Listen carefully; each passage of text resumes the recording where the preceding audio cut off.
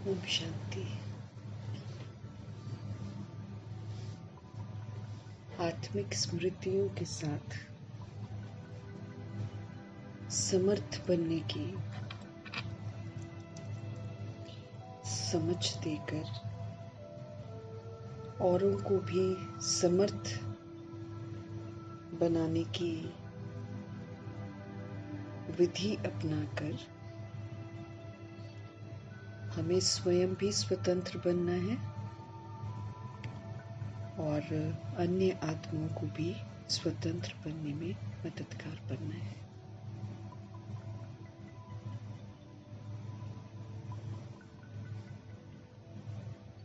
ऊंची स्मृतियों के साथ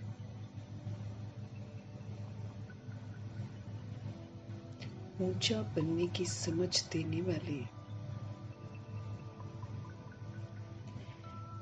शिव पिता परमात्मा जी का हम सब तहे दिल से धन्यवाद करेंगे। स्मृतियों के साथ समर्थ बनकर दिखाने वाली आत्मा व्यक्त ब्रह्मा, अव्यक्त ब्रह्मा, गुप्त बड़ी माँ, big brother, great great grandfather का रोल प्ले करने वाली आत्मा जी का भी तहे दिल से धन्यवाद करेंगे। धन्यवाद करते हुए दोनों जबरदस्त लाइट्स को हासिल नासिर करते हुए हम सब मीठे मीठे परमपिता परमात्मा जी के महावाक्य उन्हीं से समझेंगे। समझते हुए ये जो समझ है ये पूरे यूनिवर्स, प्रकृति, तत्वों में, वायुमंडल में सब जगह फैले, ये दिल से दुआ करेंगे। मीठे मीठे परमपिता परमात्मा की जो समझ है उन आकारी शरीरों में मौजूद आत्माओं तक पहुंचे जो रोज शरीर छोड़ रहे हैं, उन आत्माओं तक पहुंचे जो कि इस समय गर्भ जेल में प्रवेश कर गए हैं, उन आत्माओं तक पहुंचे जो हॉस्पिटलों में पीड़ित हैं, जो घरों में पीड़ित हैं, उन आत्माओं तक पहुंचे जो प्राकृतिक आपदाओं के शिकार हो गए हैं, मुरली वहां तक नहीं पहुंच रही है, उन आत्माओं तक पहुंचे जो इस समय माया के प्रकोप में है या तो फिर तंत्र मंत्र के प्रकोप में है इसलिए अलबेली हो गई है, उन आत्माओं तक पहुंचे जो वाम मार्ग में चली गई हैं, उन आत्माओं तक पहुंचे जो कुमार कुमारियों के शरीरों में है, छोटे शरीरों में विराजमान है, उन आत्माओं के प्रति पहुंचे जो अपनी संस्था बनाकर बैठे हैं, खुद भी गुमराह हैं और उनको भी गुमराह कर रहे हैं, भिन्न भिन्न सत्ताओं के प्रति भी, भिन्न भिन्न वर्गों के प्रति भी, भिन्न भिन्न दैहिक धर्मों में जो बटी हुई आत्माएं हैं जो ये अखाड़े चला रही हैं, सभी आत्माओं तक परमपिता परमात्मा की समझ पहुंचे। उन आत्माओं तक पहुंचे जो इस समय वैश्याएं बन गई हैं, जो आत्माएं ऐसे धंधे करवाती हैं, सभी तक प्रभु जी की समझ पहुंचे। ये हम सब दिल से दुआ करेंगे।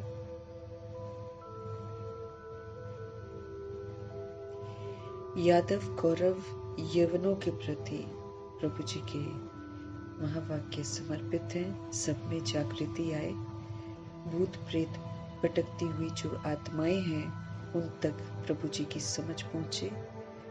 तंत्र मंत्र, रिद्धि सिद्धि, तांत्रिक विद्या करने वाली जितनी भी आत्माएं हैं सब तक प्रभु जी की समझ पहुंचे। सभी आत्माएं अब प्रभु के साथ जुड़े। फिर जो आत्माएं हम आत्माओं के साथ नेगेटिविटी के साथ जुड़ी हुई हैं उन आत्माओं का बुद्धि का योग भी हम आत्माओं से हटे और सत्य परमपिता परमात्मा जी के साथ लगे। फिर उन आत्माओं तक पहुंचे जो लौकिक में हम आत्माओं के साथ कनेक्टेड हैं। सभी आत्माओं की बुद्धि पर परमपिता परमात्मा की दस्तक पहुंचे।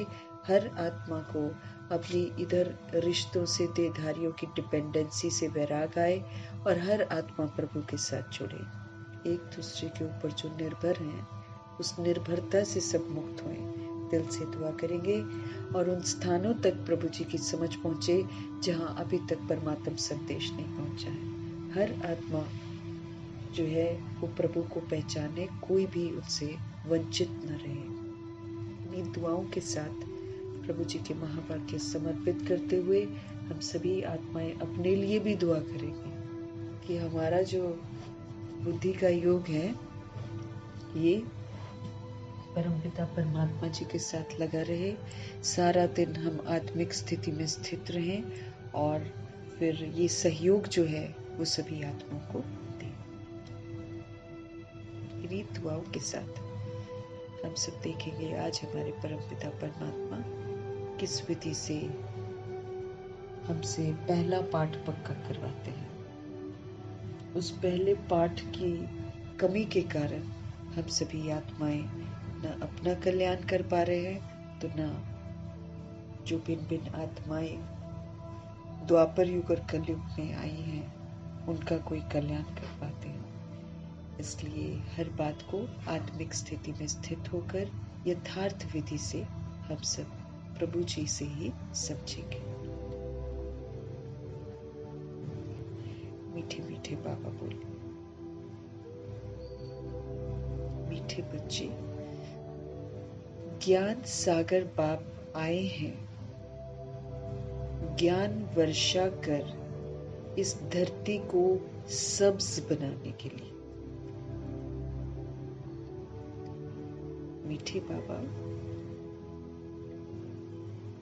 ज्ञान सागर बाप आए हुए हैं सृष्टि रूपी ड्रामा में। किस लिए आए हैं? रोज एक ना एक भिन्न भिन्न विधि से समझ देते हैं। ज्ञान सागर बाप आए हैं ज्ञान की वर्षा कर इस धरती को सब्ज बनाने। है ना, नर्क बन गई है, बंजर बन गई है ये धरती, पाप आत्माओं की धरती बन गई है। अभी इसको फिर हरा भरा खुशहाल बनाने के लिए बाबा आए हुए हैं। तभी स्वर्ग की स्थापना हो रही है, उसमें चलने के लिए हमको दैवी संप्रदाय का बनना है। ये जो सब्ज धरा बाबा बना रहे हैं, जो हरी भरी धरा बना रहे हैं, खुशहाल धरा जो बाबा बना रहे हैं, इसको स्वर्ग कहते हैं, इसको जन्नत कहते हैं, इसको परिस्तान कहते हैं। ऐसे सुंदर स्वर्ग की स्थापना हो रही है, तो उसमें अगर हम चलना चाहते हैं तो उसके लिए हमको क्या करना पड़ेगा? हमको दैवी संप्रदाय का बनना है। दैवी संप्रदाय की जो विशेषताएं हैं, खासियत है, वो खासियत मेरे को यहाँ पर संगम युग में धारण करनी है। उस संप्रदाय में अगर हमको जाना है तो अपने अंदर सत्यता और दिव्यता को धारण जरूर करना है। इसके बिना हम वहां प्रवेश नहीं कर पाएंगे। ये बाबा हमको स्पष्ट करते रहते हैं। ज्ञान सागर बाप आए हुए हैं ज्ञान वर्षा कर इस धरती को सब्ज बनाने के लिए। अभी स्वर्ग की स्थापना हो रही है, उसमें चलने के लिए हमको दैवी संप्रदाय का बनना है। दैवी संप्रदाय की जो विशेषताएं हैं वो हमें अपने अंदर धारण करनी है। प्रश्न है बाबा का, सर्वोत्तम कुल वाले बच्चों का मुख्य कर्तव्य क्या है? जो सर्वोत्तम कुल की आत्माएं हैं, उन बच्चों का मुख्य कर्तव्य क्या है? उत्तर है बाबा का, सदा ऊंची रूहानी सेवा करना। उनका कर्तव्य है ऊंची रूहानी सेवा करनी है। यहाँ बैठे व चलते फिरते खास भारत और आम सारे विश्व को पावन बनाना है। ये है ऊंची रूहानी सेवा। पावन बनकर पावन बनाना है। पूरा विश्व जो है वो इस समय जर्जरीभूत अवस्था में पहुंच गया है, पतित बन गया है। इस पूरे विश्व को अब पावन बनाना ये भगवान के बच्चों का कर्तव्य हो गया है। सर्वोत्तम कुल वाले बच्चे, ब्राह्मण कुल, सर्वोत्तम कुल, इसको ईश्वरीय कुल भी बोलते हैं। ये कुल की आत्माएं सूर्यवंशी घराने की आत्माएं हैं। तो सबसे उच्चतम, सबसे सर्वोत्तम कुल है। तो सर्वोत्तम कुल वाले बच्चे जो हैं, उनका मेन कर्तव्य क्या है? सदा ऊंची रूहानी सेवा करना। यहाँ बैठे व चलते फिरते खास भारत और आम सारे विश्व को हमको पावन बनाना है। श्रीमत पर हमको बाप के मददगार बनना है, श्रीमत पर चलना है। और श्रीमत पर चलकर हमको क्या करना है? हमको बाप का मददगार बनना है। अगर हम श्रीमत पर चलते हैं तो मददगार है। जैसे जैसे बाबा बोलते जा रहे हैं, वैसे वैसे जब हम करते हैं तो हम मददगार हैं। यही सर्वोत्तम ब्राह्मणों का कर्तव्य है। सर्वोत्तम कुल कौन सा है? ब्राह्मण कुल। ये परमपिता परमात्मा की रचना है। इस कुल में अगर हम आ गए हैं तो फिर अपनी जिम्मेवारियों को समझना है। इस कुल में आने वाली जो आत्माएं हैं वो भगवान से प्रतिज्ञा करती हैं और फिर उस प्रतिज्ञा के प्रमाण श्रीमत पर चलती हैं। तो जैसे मम्मा बाबा ये सर्वोत्तम कुल के थे। हम सभी आत्माएं पुनर्जन्म में आकर दुर्गति में तो पहुंच ही जाते हैं, लेकिन बाबा जब हमको अडॉप्ट करते हैं तो प्रभु जी का कुल बड़ा ऊंचा कुल है। उसमें लाकर वो हमको ये बोलते हैं कि अपना जो मेरा मेरा है वो सारा तुम मुझे दे दो। बुद्धि से तुम सारा मुझे दे दो और अब तुम वो करो जो मैं तुम्हें कहता हूं। इस विधि से वो हम आत्माओं की जिम्मेवारी लेते हैं। हमको ध्यान रखना है कि जब तक हम तन मन धन संपन्न संपर्क से श्रीमत प्रमाण उनको पूरा समर्पित होते नहीं हैं, तब तक हम ब्राह्मण कुल में आए नहीं हैं। और जब तक हम ब्राह्मण कुल में आते नहीं हैं, जब तक ब्राह्मण कुल की मर्यादाओं पर चलते नहीं हैं, तब तक हम आत्माएं जो हैं, हम हमारी जिम्मेवारी बाबा लेते नहीं हैं।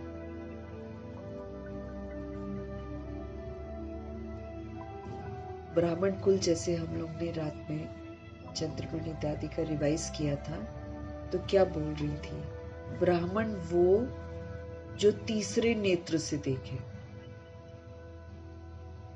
वो ब्राह्मण है। तो यहाँ ये जो सर्वोत्तम कुल है, इसके फिर नियम भी तो है,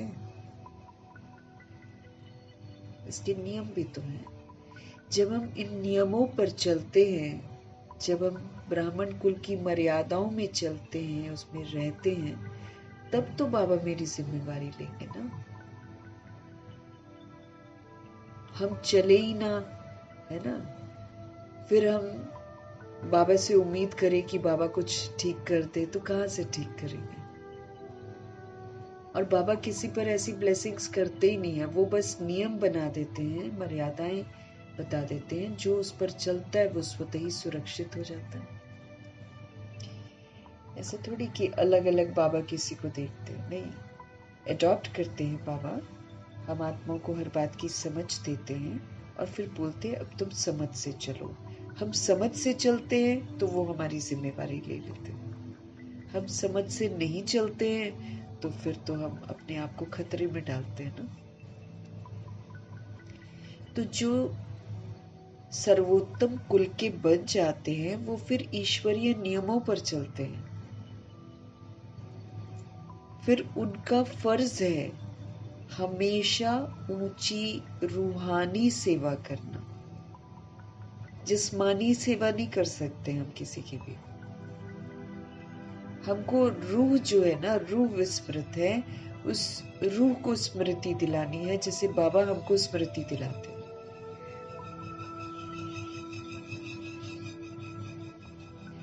तो हमको सदा ऊंची रूहानी सेवा करनी है।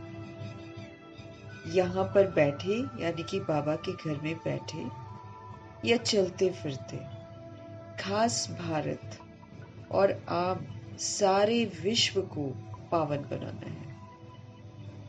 खास तो भारत को, क्योंकि यहाँ 5000 वर्ष का ड्रामा चलता है ना, तो ये तो बहुत ज्यादा खराब हो जाता है भारत। तो इसलिए खास भारत पर वो होती है, भारत की सेवा करनी है। और आम वो उतने खराब नहीं होते हैं जितना खराब भारत हो जाता है। तो आम सारे विश्व को हमको पावन बनाना है। हमको श्रीमत पर बाप के मददगार बनना है। साफ स्पष्ट कर रहे हैं कि जो श्रीमत पर चलता है वो मददगार बनता है। तो श्रीमत पर बाप का मददगार बनना है। यही सर्वोत्तम ब्राह्मणों का कर्तव्य है। जो सर्वोत्तम ब्राह्मण है वो फिर ईश्वरीय नियमों पर चलते हैं, वो ईश्वरीय नियमों पर चलते हैं। फिर तो सर्वोत्तम ब्राह्मण जैसे मम्मा बाबा, अब देखो वो कर रहे हैं ना, अभी वो अव्यक्त में भी कर रहे हैं ये वाला कार्य।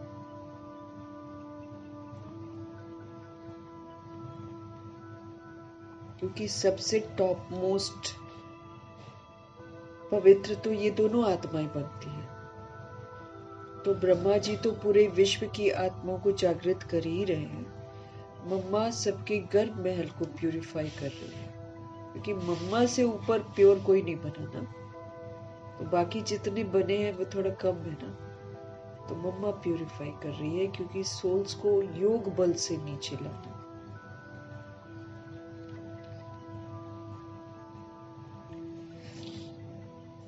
तो जिम्मेवारियों का एहसास दिला रहे हैं। सर्वोत्तम कुल ब्राह्मण कुल, भगवान का रचा हुआ कुल, इसके नियम बड़े क्या कहें, सख्त है, स्ट्रिक्ट है। तीसरे नेत्र से देखती हैं ये आत्माएं, इसीलिए ये रूहानी सेवा करती हैं। तीसरे नेत्र से देखेंगे तो हम पावन बनाने में मददगार बन सकते हैं। गीत है,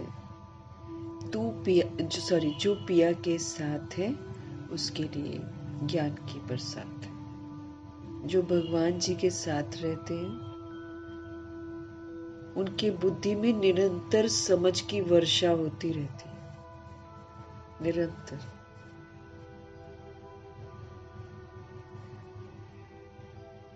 क्या करना है क्या नहीं करना है, इसकी समझ जो है ना वो निरंतर मिलती रहती है। तो पिया के साथ रहना है। जो पिया के साथ है उसके लिए ज्ञान की बरसात है।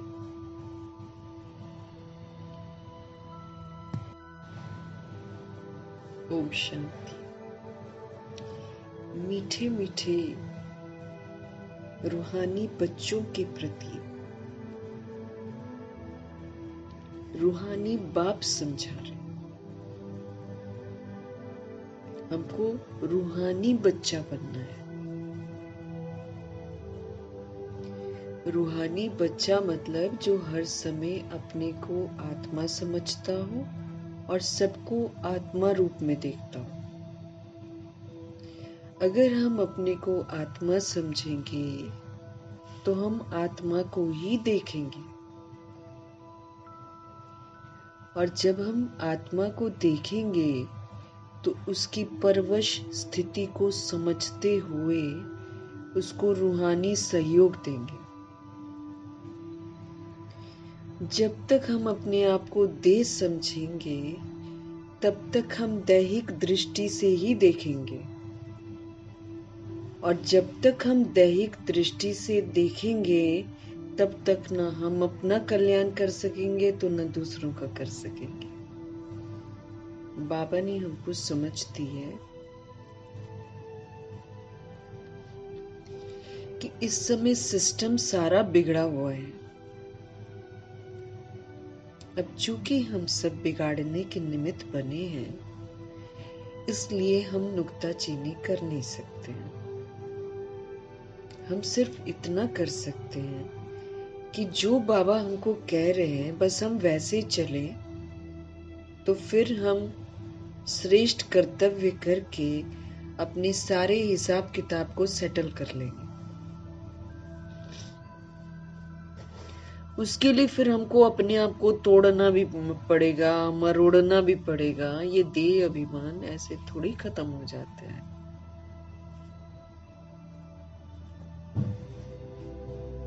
हम कनेक्टेड हैं सभी सोल्स के साथ, इसीलिए हमारे साथ हर तरह की सोल संपर्क में आएगी, हर तरह की, गिरे से गिरी हुई भी, क्योंकि हमारे हिसाब किताब है ना। तो फिर हमारे सामने सोल्स आएंगी ना वैसी की वैसी, ताकि हमको पता, ये भी एक हिसाब किताब है, ताकि हमको एहसास हो कि गलत किया है उसका प्रभाव है। हमारी गलतियां डिफरेंट हैं, हमारी गलतियां इतनी गिरी हुई नहीं है जैसे मना अब हो रहा है दुनिया में। लेकिन देव कुल की आत्माओं की छोटी सी गलती का प्रभाव कितना खतरनाक है, उसका एहसास दिलाने के लिए हर तरह की आत्मा पूर्वज आत्माओं के संपर्क में जरूर आएगी। अब बाबा हमको समझ देते हैं कि तुम लगा दो अब बिंदी, चाहे कोई कुछ भी करे।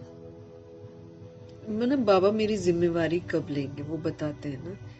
वो कहते हैं तुम लगाओ बिंदी और शुभ भावना, शुभ कामना, दुआओं का सहयोग दो, 7 गुणों का सहयोग दो, 36 गुणों का सहयोग दो, शक्तियों का सहयोग देकर उसको अपने से मुक्त करो। नहीं तो हम एक दूसरे के बंधनों में बंधे हुए हैं। अब ऐसा करने के लिए बाबा कहते ज्वालामुखी तपस्या करो, क्योंकि सहज थोड़ी है। हम सब भी तो कमजोर बन गए हैं ना, इसलिए जब कोई विपरीत व्यवहार करता है तो हमसे सहन नहीं होता है। अब ज्ञान के राजों को समझते हुए, ड्रामा के राजों को समझते हुए, मन रूपी स्लेट पर बुद्धि रूपी जो झोली है उसमें जो अगड़म बगड़म हमने डाला हुआ है उसको निकालना है ना। उसको निकालने के लिए, उसको खत्म करके फिर श्रेष्ठ कर्म करने के लिए हमको अपने देह अभिमान को तोड़ना मरोड़ना पड़ता है, मेहनत करनी पड़ती है, जिसके लिए बाबा हमको कहते ज्वालामुखी तपस्या करो। अब ब्रह्मा जी के साथ किसी ने अच्छा थोड़ी किया था शुरू शुरू में, सबने तो तंग ही किया है ना उनको।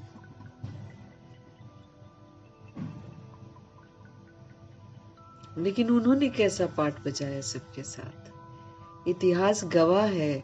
उन्होंने कभी किसी को कुछ बोला ही नहीं है। उन्होंने, वो पुरुषोत्तम कुल के है ना, एकदम ऊंचे कुल के, तो उन्होंने अपनी ऊंची अवस्था बनाकर रखी है। चलते फिरते खास भारत और आम सारे विश्व को पावन बनाने की सेवा की है, आज भी कर रहे हैं।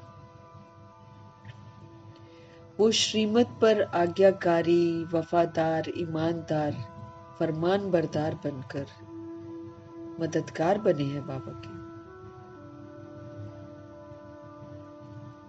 यही कर्तव्य सर्वोत्तम ब्राह्मणों का है, जो भी इस ग्रुप में आ जाते हैं।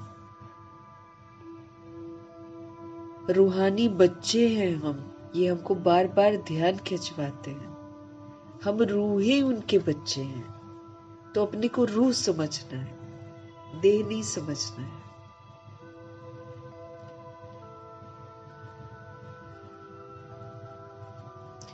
तो जो सोल अपने को रूह समझेगी, वो फिर सबको क्या समझेगी? रूह ही तो समझेगी। फिर वो समझेगी कि मैंने भी गलतियां की हैं। इसी तरह ये सारी आत्माएं परवश है। ये हमारी विस्मृतियों का परिणाम है, इनका दोष नहीं है। दोष हमारा भी नहीं है, क्योंकि हम भी विस्मृत हो जाते हैं।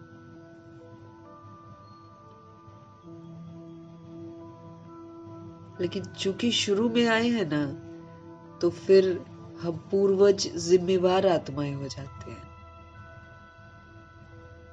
इसलिए श्रीमत पर चलकर अब होमवर्क पूरे करने हैं, हमको पावन बनना है और पावन बनाना है।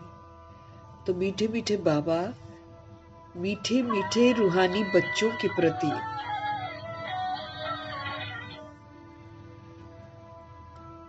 समझा रहे हैं, जो रूहानी बाप के साथ है। रूहानी बच्चे जो है ना, जो अपने को रूह समझते हैं, वही तो रूहानी बाप के साथ है।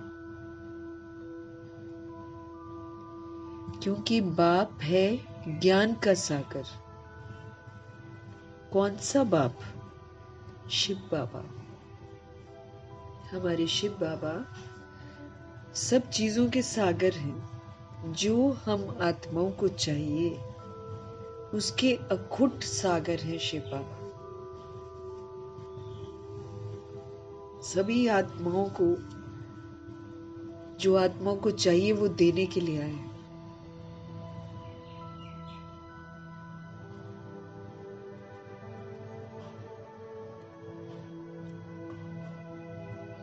ब्रह्मा बाबा को ज्ञान का सागर नहीं कहेंगे।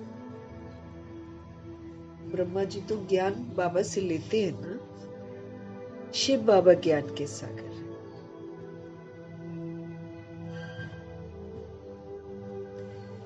शिव बाबा, जिसको ही परम पिता परमात्मा कहा जाता है, एक है लौकिक जिस्मानी पिता, शरीर का पिता।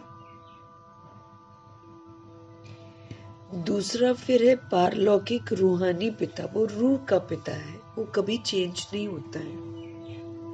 हम बॉडी लेकर 63 जन्म हो या फिर उससे ज्यादा सतयुग त्रेता में जो शुरू से आती है वो 20 पिता लेती है। उसके बाद हम सब द्वापर युग कलयुग में आते हैं तो 63 मदर फादर लेते हैं। ये तो चेंज होते रहते हैं। लेकिन हर बार जो शरीर से पार्ट बजा रही है आत्मा, उस आत्मा का पिता तो पारलौकिक बाप ही है। वो तो फिक्स है, वो कभी नहीं बदलते। दुनिया तो देह को जला देती है और देह को देखकर रो लेती है। लेकिन ये जो रूह अकेली उस समय होती है, देह से अलग होकर, जो रूह है उसको ना कोई देख पाता है, ना कोई समझ पाता है उसके दुख को। उस रूह का पिता हर जन्म में एक ही है, पारलौकिक पिता, परम पिता परमात्मा। हमको अपने आप को समझाना है कि मैं रूह हूं। चाहे मैं कितने भी रिश्ते बना लूं देह में आकर, कोई भी दैहिक रिश्ता मेरा होता ही नहीं है। ये तो देह अभिमान में इंसान सोचता है ये मेरे माँ है, ये मेरे पिता है, ये मेरा बच्चा है, ये मेरा युगल है। ये तो देह अभिमान में हम बोल रहे हैं। हम तो झूठ बोलते हैं ना, क्योंकि देह का रिश्ता देह के साथ जोड़ते और झूठ बोलते रहते हैं और झूठ में हम जीते रहते हैं।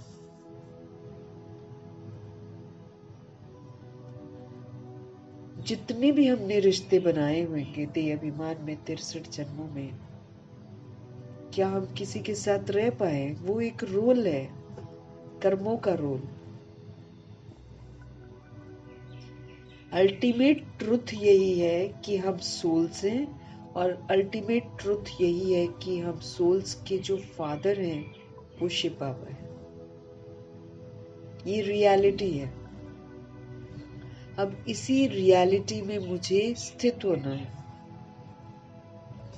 इसमें ही स्थित होकर बाबा कहते हैं कि तुम सोचो तो सही, तुम किसके बच्चे हो? तो तुम डर क्यों रहे हो? तुम सर्वशक्तिवान के बच्चे हो।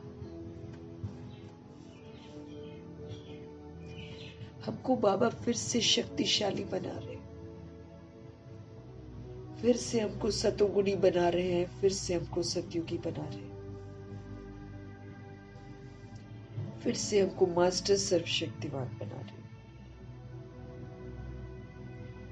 तो जितना हम बाबा की दी हुई स्मृतियों को पक्का करते हैं, उतना हमारे अंदर में समर्थी आती है। हमको उसको स्वीकार करना है जो रियलिटी बाबा हमको बताते हैं, तो हम शक्तिशाली बन जाएंगे। नहीं तो देह के भान और अभिमान में आकर हम कमजोर बन गए हैं।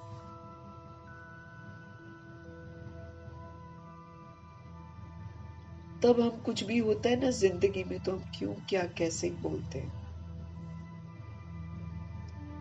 लेकिन जब रूह बनकर स्वदर्शन करेंगे हम, तो हमको ड्रामा समझ में आएगा। और जब एक बार हमको ड्रामा समझ में आ गया, तो फिर हम किसी बात का बुरा मानेंगे ही नहीं। बाबा के मददगार बन जाएंगे। तो ये जो दो बाप का अंतर है, ये भी समझना है। कहने को देहधारी बाप कहेगा मैं तुम्हारा बाप हूं, लेकिन जब बच्चा बीमार होता है या उसका कोई दुख रोग ठीक नहीं होता है, तो उसको बाप भी बोलता है कि परमात्मा को याद कर। एक देहधारी पिता एक देहधारी बच्चे की रक्षा क्यों नहीं करता है फिर, अगर पिता है तो? क्योंकि लिमिटेड है ना हम लोग, वो एक रोल है। आखिरकार जो शरीर को चलाने वाली रूह है, उसको तो परमात्मा ही ठीक कर सकते हैं। और अल्टीमेटली जब हम बॉडी छोड़ते हैं, तो एक वो सुप्रीम रूह ही तो है हमारे पिता, जो साथ हमारा देते हैं। बाकी तो देहधारी तो वहां जाकर शमशान घाट में बोलते हैं कि अब इधर मत आना, ऐसे रोते हैं। ऐसे शमशान घाट में वो जो सिखाता है ना, वो बताता है, वो बोलता है कि अब तुम ये तिनका ऐसे फेंको और तुम बोलो कि तुम इधर मत आना। फिर कैसे वो बोल रही थी कि बोलो कि तुम जो जा रहे हो ना, तो अपने साथ अपना दुख संकट लेकर जाओ, हमारे घर की परेशानियां भी तुम लेकर जाओ, ऐसे बोल रहे थे। अजीब लगता है ये सब सुन के, कि अगला तो अपना बॉडी छोड़ा है उसने, है ना। वो तो आत्मा वैसे ही अभी सारा आगे पीछे सोचकर वो उस समय पश्चाताप में होती है, दुख में होती है। उसके बीच में उसको सबकी बातें सुनाई देती हैं, उसको लोगों के मन की बात भी समझ में आ जाती है, पर वो बोल कुछ नहीं पाती है आत्मा, क्योंकि ये उसकी सजा है कि बॉडी के बिना वो बोल नहीं पाती है। लेकिन चूंकि उसके पास आकारी शरीर होता है, इसलिए वो 13 दिन तो सभी का सुनती है, कौन क्या उसको बोल रहा है।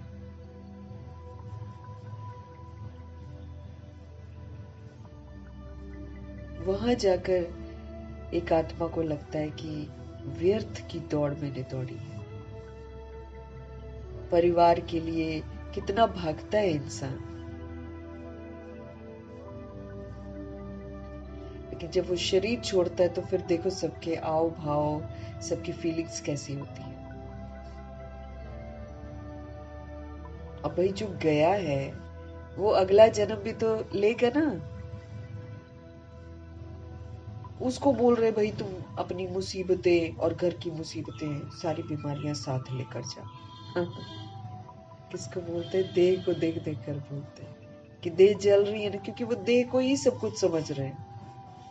लेकिन वो रूह खड़े होकर सुनती है कि कैसे बोलते हैं, कैसे धिक्कारते हैं, कैसे मेरी चीजें फेंकते हैं, कैसे क्या करते हैं, कैसे हटते हैं, कैसे क्या करते हैं। सब चीजें उसको दिखती है। अब ये सारी चीजें हम लोग के साथ भी होती हैं। अब जब हम शरीर छोड़ेंगे, अपने को भी कोई बोलेगा ही, घर के बच्चे बोलेंगे और घर के बच्चों के जो रिश्तेदार हैं वो सब बोलेंगे, क्योंकि वो सिखाते हैं वहां पर एक दूसरे को, ऐसे बोला ऐसे बोला। मुझे बड़ा अजीब लगा था कि क्यों बोल रहे हैं ऐसे। उल्टा दुआएं दो कि सोल को अच्छी जगह जन्म मिले, है ना, कष्ट ना हो आत्मा को, परमात्म ज्ञान मिले। उल्टा और परमात्म ज्ञान, चूंकि वो सूक्ष्म में है, उनको सुनाना है, बजाय इसके कि उसको बोले कि भैया तुम घर की मुसीबतें लेकर। क्यों लेकर जाएगा? अगर मेरी मुसीबतें हैं तो वो क्यों लेकर जाएगा? वो तो मुझे ही भुगतनी पड़ेगी, मेरे कहने से वो ले जाएगा क्या? पर सोच देखो आत्माओं की कैसे होती है, एक दूसरे को सिखाते हैं ऐसे बोलो ऐसे।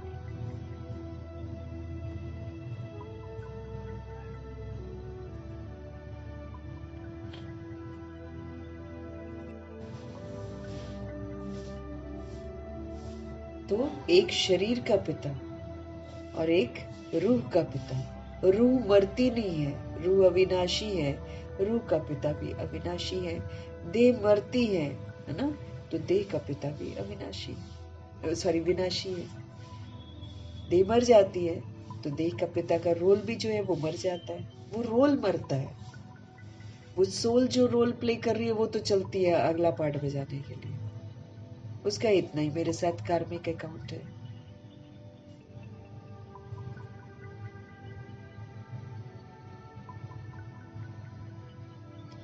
ये बड़ी अच्छी रीति समझने की बातें हैं। ये जो दो बाप हैं, इसको बहुत अच्छी रीति समझना है और फिर दूसरी सोल्स को भी समझाना है।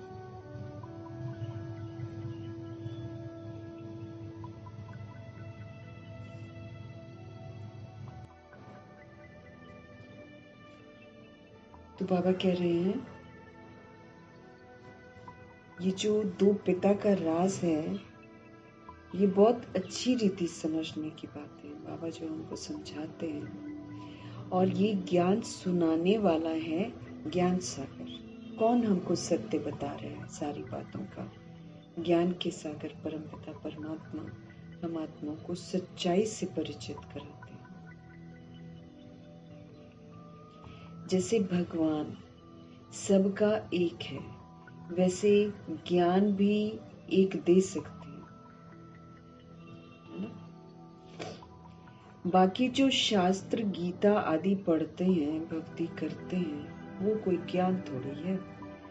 उनसे ज्ञान वर्षा नहीं होती है, वो तो और हमको अंधविश्वास में डाल देते हैं। वो अपनी जिम्मेवारियां लेनी नहीं सिखाते हैं, इसकी उसकी उसका इसकी दोष दे देते हैं।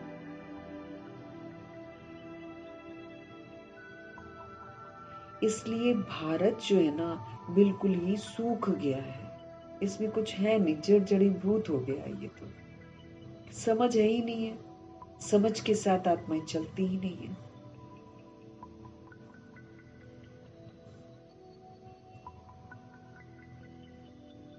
कंगाल हो गया है भारत। ये बरसात भी नहीं पड़ती है, वो बरसात, सॉरी, दुनिया में जो बरसात है, बारिश जो है, वो नहीं पड़ती है तो जमीन आदि सारी सूख जाती है ना। वो भक्ति मार्ग है, बाबा कहते हैं। उसको ज्ञान मार्ग नहीं कहेंगे। ज्ञान से तो स्वर्ग की स्थापना होती है, और वहां स्वर्ग में धरनी हमेशा ही सब्ज रहती है, हरी भरी, खुशहाल, कभी सूखती ही नहीं है। वहां देवता कुछ गड़बड़ करते नहीं है, और वहां प्रकृति सारी पालना करती है। देवता उतना ही लेते हैं जितना चाहिए, गंध वो फैलाते नहीं है। इसलिए बाबा कहते हैं वो कभी सूखती नहीं है। और वैसे भी वो भगवान की स्थापना है। 2500 वर्ष की स्थापना भगवान की स्थापना है। ये है ज्ञान की पढ़ाई। ईश्वर बाप ज्ञान देकर हमको दैवी संप्रदाय का बनाते, हमको समझ देते, हम आसुरी संप्रदाय बन जाते हैं ना। शरीर समझकर शरीर की कमी कमजोरियों को यूज करके हम असुर बन जाते हैं। बाबा आकर हमको फिर दैवी संप्रदाय का बनाते हैं।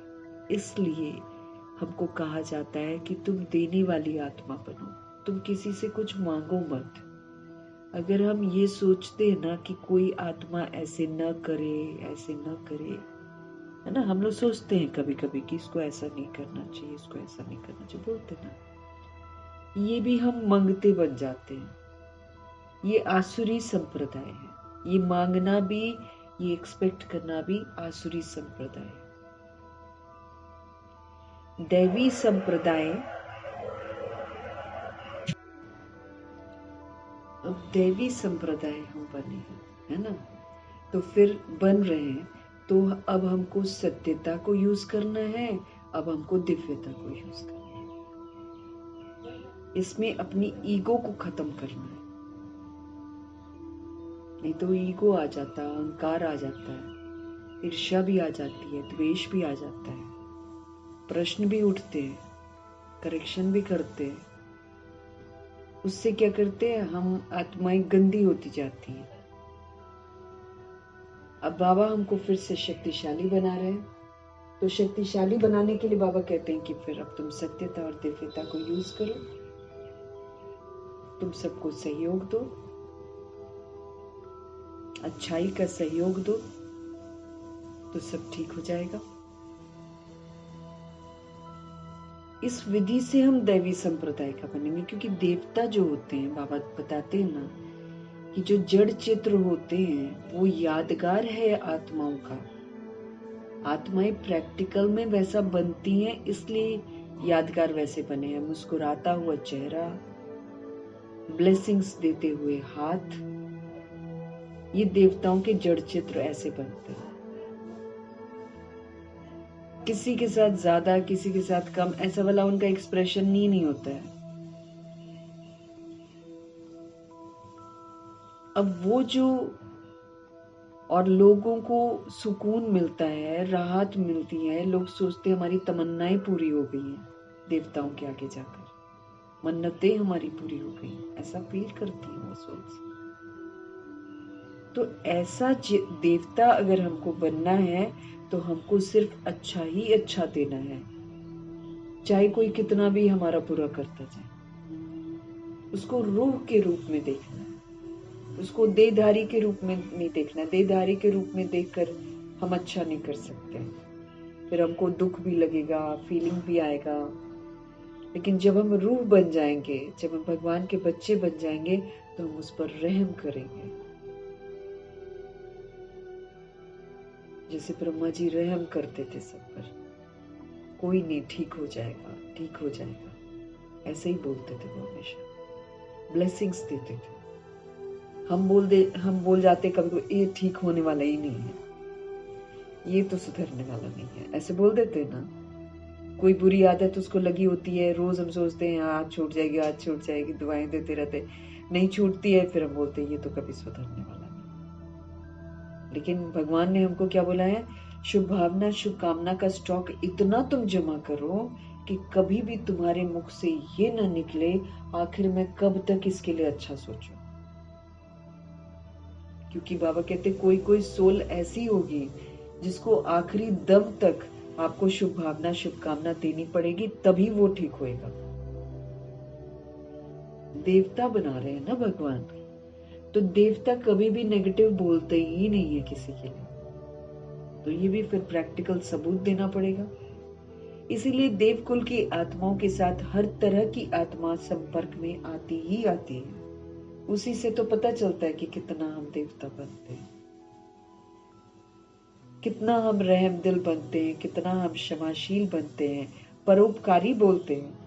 बाप समान अगर मेरे को बनना है, शिव बाबा की तरह अगर मुझे बनना है, तो मुझे परोपकारी बनना है, मुझे क्षमाशील बनना है, मुझे रहम दिल बनना है, मुझे सबके लिए शुभ शुभ सोचना है, मुझे विश्व कल्याणकारी बनना है।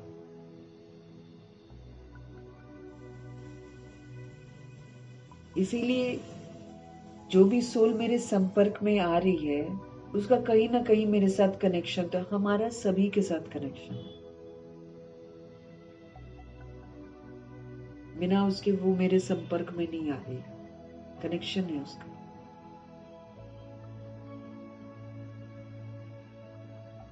लेकिन उसके लिए ही बाबा हमको सशक्त बनाते हैं, और एक ही तरीका है बचने का, शुभ भावना शुभकामना दुआएं। जितना देते जाएंगे उतना जो पकड़ है ना बंधनों की, वो ढीली होती जाएगी, निर्बंधन बनते जाएंगे।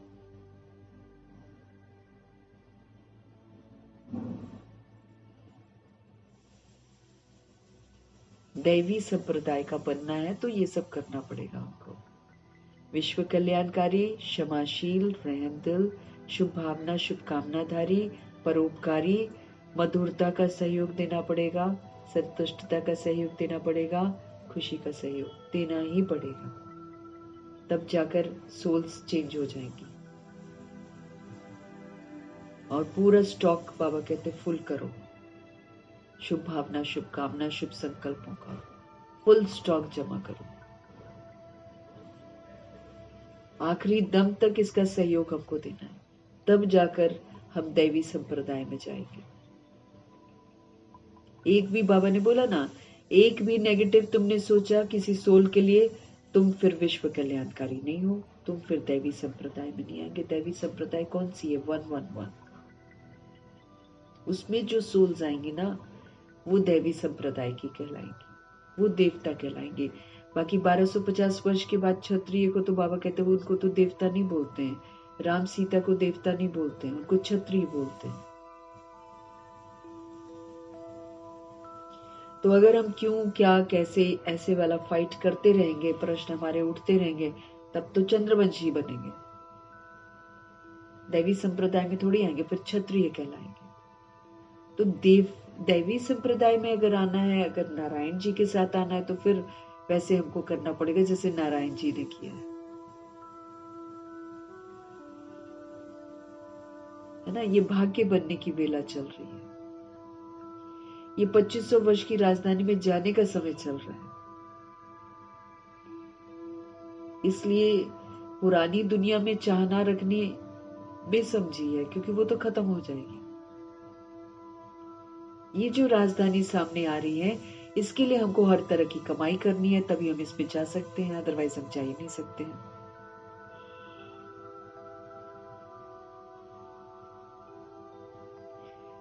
तो बाबा कहते हैं, बाबा हमको समझ देकर दैवी संप्रदाय का बनाते हैं।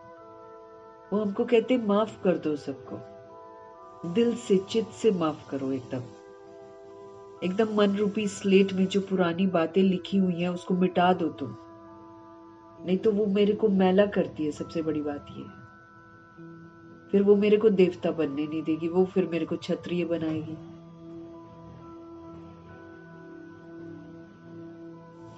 हमको बाबा ने समझाया है कि मैं तुम सभी आत्माओं का बाप हूं। हमारा बाप है वो, हमको हर बात समझाते हैं। परंतु मुझे और मेरे कर्तव्य को न जानने के कारण ही मनुष्य इतने पतित, दुखी, निधन के बन गए हैं। बाबा कहते मुझे जानते नहीं हैं, ना मेरे कर्तव्यों को जानते हैं, और सारे के सारे मनुष्य इस समय क्या हो गए हैं, पतित बन गए हैं। अब पतित बने हैं तो वो दुखों का कारण है, निधन के बन गए हैं, एकदम गरीब, चरित्र से बिल्कुल गरीब, जिसका कोई नहीं है, अनाथ बन गए, आपस में लड़ते रहते हैं। अब सारी दुनिया आज देखो क्या है, लड़ने का स्वरूप बन गया है ना। चारों तरफ युद्ध की अवस्था एकदम तैयार है। अब कौन लड़ रहा है? रूहें लड़ रही हैं आपस में। एक ही पिता की संतानें आपस में लड़ रही हैं, एक ही घर की रहने वाली हैं सब की सब। लेकिन ये जो खोटा देह अभिमान घुस गया है बुद्धि के अंदर, इसने सबको हिंदू, मुस्लिम, सिख, ईसाई, जाट और राजपूत बना दिया है मिट्टी, एकदम मिट्टी है। लेकिन देखो देह अभिमान कितना घुसा हुआ है कि जाति के नाम पर, धर्म के नाम पर, राष्ट्र के नाम पर, देशों के नाम पर, हाँ? अपने अपने एरिया के नाम पर सब बटे हुए हैं, लगे हुए हैं लड़ने के लिए।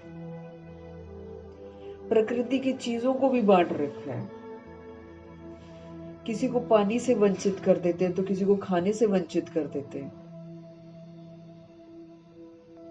हरकतें देखो ना कैसी देह अभिमान की हरकतें, सृष्टि से लेते हैं और सृष्टि पर ही रहकर पूरे अत्याचार कर रहे हैं, बांट रहे हैं, किसको दे रहे हैं, किसको नहीं दे रहे हैं, आपस में लड़ते रहते हैं।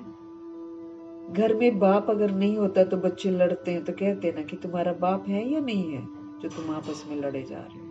बोलते हैं दुनिया में ऐसे, तुम्हारा बाप है कि नहीं है।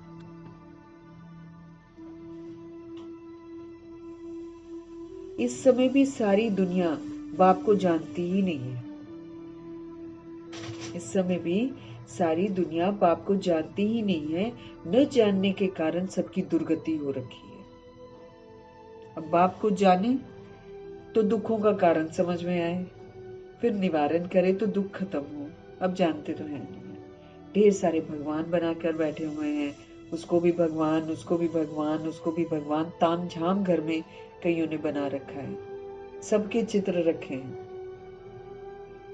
अब जैसे कहानी है कि एक जना, अब क्रिश्चियन ने खाली जीसस को पुकारा, मुस्लिम ने अल्लाह को पुकारा, एक हिंदू ही है कभी हनुमान को पुकारा तो कभी देवी को पुकारा तो कभी किसको पुकारा, और वो पानी में डूब गया। ऐसा बोलते हैं ना, अनेकों को पुकारते तो कौन आएगा रक्षा करने? एक को पुकारने से फिर भी रक्षा होती है ना। तो ये जो एक है ये परमपिता परमात्मा है। तो बाबा कहते हैं सारी दुनिया इस समय परमपिता परमात्मा को जानती ही नहीं है, कोई भी बाप को नहीं जानता, और बच्चे आपस में लड़ते रहते हैं, और न जानने के कारण सभी सोल्स की क्या हो गई है, दुर्गति हो गई है। जानने से फिर अब क्या हो जाती है, सदगति हो जाती है। अभी हम बाबा को जानते हैं, बाबा से हम समझ रहे हैं, उनकी समझ के अनुसार हम चलेंगे तो हमारी सदगति हो जाएगी, यानी कि हम स्वर्ग का वर्षा प्राप्त करेंगे। भगवान को जानने से ही सदगति होती है। सर्व का सदगति दाता एक शिव पिता परमात्मा है, उनको बाबा कहा जाता है, उनका नाम शिव है, उनका नाम कभी भी बदल नहीं सकता है, न वो बदलते हैं न उनका नाम बदलता है। वो सदा ही कल्याणकारी है और वो सभी आत्माओं का कल्याण करते हैं। वो कभी फर्क नहीं करते हैं किसी के साथ। उनका नाम कभी बदल नहीं सकता है। जब सन्यास करते हैं तो लोग नाम बदलते हैं ना, शादी में भी कुमारी का नाम बदलते हैं। ये यहाँ भारत में रिवाज है। आजकल तो नहीं करते ऐसा, लेकिन पहले बाबा पहले की बात बताते हैं कि जब उसकी शादी होती है तो उसका नाम बदल दिया जाता है। टाइटल तो खैर बदल जाता है, लेकिन नाम भी बदला करते थे पहले। ये यहाँ भारत में ही रिवाज है, बाहर में ऐसा नहीं होता है। ये शिव बाबा सभी का माई बाप है। ये भी क्यों होता है? क्योंकि देखो शिव बाबा अभी जब आते हैं संगम युग में, सबका नाम बदलते हैं। शुरू शुरू की आत्माओं का तो नाम बदलते हैं ना।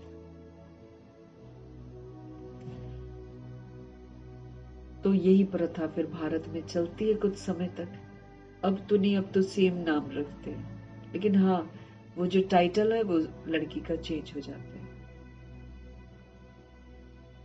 बाबा कहते हैं ये नामकरण, क्योंकि लक्ष्मी नारायण जी के समय में भी तो नामकरण होता है ना।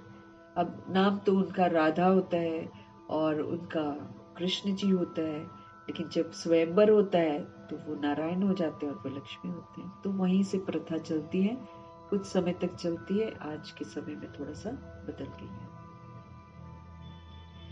बाहर में ऐसा नहीं होता है, क्योंकि बाहर में ड्रामा तो बाद में शुरू होता है, ड्रामा असल में तो भारत में ही होता है ना। तो ये जो शिव बाबा है ये सभी का माई बाप है, गाते भी हैं, तुम मात पिता हम बालक तेरे, तुम्हारी कृपा से सुख घने रे, ऐसा बोलते हैं, लेकिन भगवान को जानते नहीं है। भारत में ही पुकारते हैं ऐसे, तुम्हारी कृपा से सुख घने रे। अब देखो सच में ऐसा हुआ है, लेकिन आजकल सुख किसको समझते हैं? पैसे को समझते हैं। लेकिन बाबा हमको कौन सा सुख देते हैं? सतयुग का सुख देते हैं। मतलब आत्मा को शांति चाहिए, रूहानी प्रेम चाहिए, आनंद चाहिए, ये देते हैं बाबा। और जब ये रूहानियत देते हैं तो फिर उसको स्थूल भी सब कुछ प्राप्त होता है इस धरा से।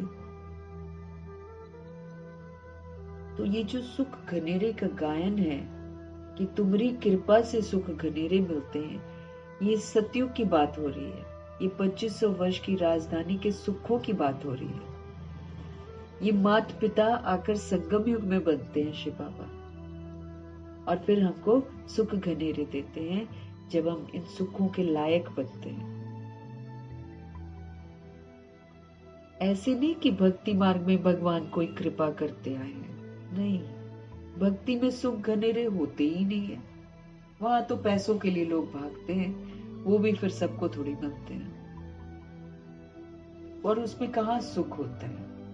जिसके पास पैसा है तो आजकल जो करोड़पति अरबपति, और डरते कितना है, बाहर निकलेंगे तो कितने तैनात होते हैं लोग, गार्ड, कितनी चेकिंग होती है उनकी। खाते भी हैं तो उनका खाना चेक होता है। अब अंबानी जी के तो अंदर ही सारे इतने सारे कुक हैं वहां पर, और कितनी सारी वो रोटियां बनती हैं रोज की, क्योंकि जो उनके साथ काम करते हैं वो वहीं पर रहते हैं। उनको बाहर ऐसे थोड़ी इधर उधर, ये तो कोई भी खतरा भी हो सकता है उनको, इसलिए अंदर ही सब रहते हैं और अंदर ही खाना बनता है सबका। दहशत में जीते हैं ना। एक उनके घर से एक सन्यासी बना है ना, जो पहले काम करता था, उसको कितना 86 लाख की कितना उनको वो मिलता था सैलरी। लेकिन कभी उनके मन में वैराग आया होगा ना, तो उन्होंने वो सैलरी छोड़कर सन्यास धर्म ले लिया। तो सारे के सारे जो अंबानी जी के साथ कार्य में हैं, वो सारे वहीं पर रहते हैं। रोज की कितनी रोटियां, 400 की कितनी मतलब रोटियां बनती है रोज की।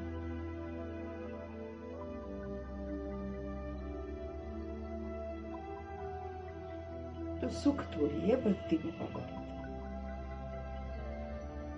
सुख घनेरे। भगवान का कहना है सुख घनेरे, मतलब वहां पर दुख का नाम निशान ना हो। तो दुख तो होते ही है, शरीर का भी आता है दुख, और फिर भय भी कितना होता है लोगों को, जिनके पास पैसा होने लग जाता है वो डरने लग जाते हैं। चैन से सोते हैं क्या? कितने ताले लगाते हो। हाँ? ऐसे नहीं कि भक्ति मार्ग में भगवान कृपा कोई करते आए, नहीं, भक्ति में सुख घनेरे होते ही नहीं है। बच्चे जानते हैं कि स्वर्ग में बहुत सुख है, स्वर्ग में बहुत सुख है, वो नई दुनिया है। पुरानी दुनिया में दुखी होता है।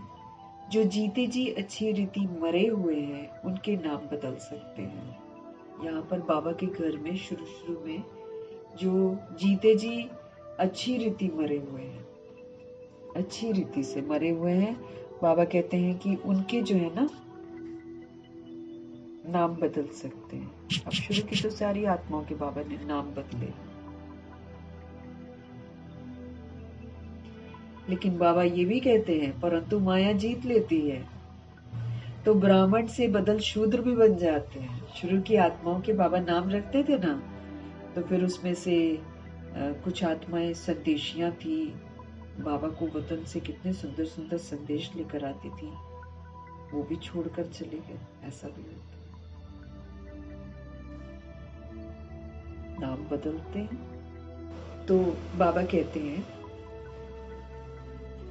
पुरानी दुनिया में दुख ही होता है, जो जीते जी अच्छी रीति मरे हुए हैं उनके नाम बदल सकते हैं, परंतु माया फिर भी जीत लेती है, तो फिर क्या होता है, ब्राह्मणों से बदलकर शूद्र बन जाते हैं, फिर से पुरानी दुनिया में चले जाते हैं। इसलिए बाबा अब नाम नहीं रखते हैं, है ना। फिर बाबा ने बंद कर दिया था, क्योंकि फिर गड़बड़ हो गई ना, कि भगवान ने नाम रखा और अगली आत्मा छोड़कर चली जाए। ये दादियां हैं जो अंत तक अचल अडोल रही हैं। नाम चेंज हुए हैं तो ये अचल अडोल भी रही हैं। कभी भी इन्होंने शूद्रपन यूज नहीं किया, सच्चा ब्राह्मण बनकर दिखाया। इसलिए बाबा अब नाम नहीं रखते हैं। ब्राह्मणों की माला तो होती नहीं, तुम बच्चे सर्वोत्तम ऊंचे कुल वाले हो। हम सभी आत्माएं सर्वोत्तम ऊंचे कुल वाले, ऊंच रूहानी सेवा करते हो। यहाँ बैठे व चलते फिरते तुम भारत की खास और विश्व की आम सेवा करते हो। विश्व को तुम पवित्र बनाते हो। तुम हो बाप के मददगार। याद रखना है, मैं आत्मा बाबा की मददगार हूँ। तो मददगार कौन बनेगा? जो श्रीमत पर चलेगा। तो श्रीमत पर चलना है, और जो श्रीमत पर चलता है वो श्रेष्ठ बन ही जाता है। तुम हो बाप के मददगार, बाप की श्रीमत पर चल, तुम मदद करते हो। श्रीमत पर चलना मतलब भगवान की मदद करना। ये भारत ही पावन बनने का है, इसको फिर से पावन बनाना है भारत को। तुम कहेंगे हम कल्प कल्प इस भारत को पवित्र बनाकर पवित्र भारत पर राज्य करते हैं। तुम कहेंगे हम कल्प कल्प इस भारत को पवित्र बनाकर पवित्र भारत पर राज्य करते हैं। ब्राह्मण से फिर हम भविष्य देवी देवता बनते हैं। विराट रूप का चित्र भी है। प्रजापिता ब्रह्मा के बच्चे ब्राह्मण ही ठहरे। ब्राह्मण तब होंगे जब प्रजापिता सम्मुख होंगे। अभी तुम सम्मुख हो, तुम हर एक प्रजापिता ब्रह्मा की औलाद हो। अपने को समझते हो ना औलाद, ये युक्ति है। औलाद समझने से फिर हम आपस में क्या हो जाएंगे? ब्रदर सिस्टर हो जाएंगे। भाई बहन की कभी फिर क्रिमिनल आंख नहीं होनी चाहिए।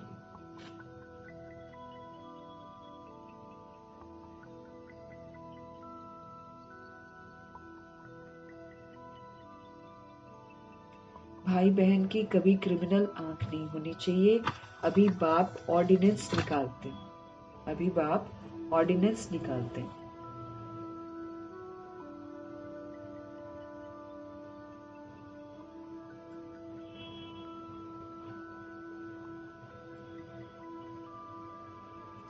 अभी बाप ऑर्डिनेंस निकालते हैं कि तुम 63 जन्म पतित रहे हो। अब पावन दुनिया स्वर्ग में चलना चाहते हो तो फिर पवित्र बनो। हम लोग को समझ मिल रही है कि हम भाई 63 जन्म हम पतित बने हैं, तो है ना हम गुनाहगार। हम कह सकते हैं कि हमने कुछ नहीं किया, हम पतित बने हैं ना, तो 63 जन्म हम पतित रहे। अब पावन दुनिया स्वर्ग में चलना चाहते हो तो फिर भगवान कहते पवित्र बनो। अब संपूर्ण पवित्रता क्या कहती है? ये हम रोज पढ़ते ही हैं। सिर्फ ब्रह्मचर्य नहीं है, लेकिन ब्रह्मचर्य के साथ ब्रह्मचारी भी बनना है। बाबा कहते हैं अगर चलना चाहते हो तो फिर भाई पवित्र बनो। को ध्यान रखना है, संपूर्ण पवित्रता, दैहिक दृष्टि समाप्त, दैहिक दृष्टि समाप्त। अब पावन दुनिया स्वर्ग में अगर तुमने चलना है तो बाबा कहते पवित्र बनो, वहां पतित आत्मा जा नहीं सकती है। देह का भान जरा भी हमारे अंदर रह गया, हम वहां जा नहीं सकते। नाम रूप मेरी बुद्धि में रह गया, हम जा नहीं सकते। धर्म जाति मेरी बुद्धि में रह गई, हम जा ही नहीं सकते। सबूत भी तो देना पड़ेगा ना हमको। यहाँ पर मेल फीमेल कॉन्सेप्ट है, जा ही नहीं सकते। दैहिक दृष्टि है, जा ही नहीं सकते।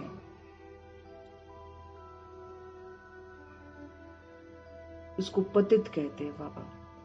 दैहिक दृष्टि मतलब पतित। वहां पतित आत्मा जा नहीं सकती है, इसलिए ही मुझ बेहद के पाप को तुम बुलाते हो। ये आत्मा शरीर द्वारा बात करती है। शिव बाबा भी कहते हैं मैं इस शरीर के द्वारा बात करता हूँ, नहीं तो मैं कैसे आऊं, कैसे तुमों से बात करूं और कैसे सच बताऊं। मेरा जन्म दिव्य है, मैं गर्भ में नहीं जाता हूँ। सतयुग में है दैवी गुणों वाले देवता है। अब सतयुग में जाना है तो भगवान कहते हैं यहाँ पर दैवी गुण यूज करो। अब दैवी गुण कहाँ पर यूज करो?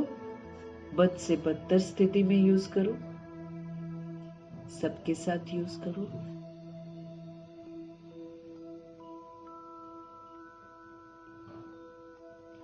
सतयुग में है दैवी गुणों वाले देवता है, इस समय है आसुरी गुणों वाले मनुष्य। इस समय आसुरी गुण वाले मनुष्य।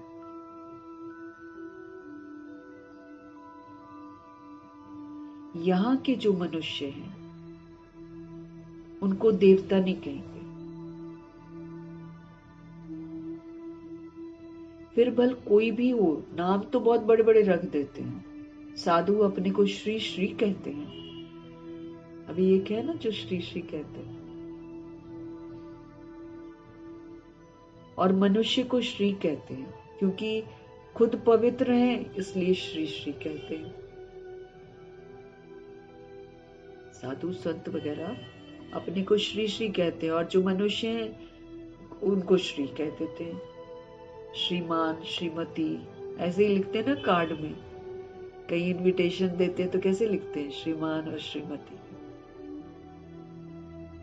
है कोई भी नहीं श्री,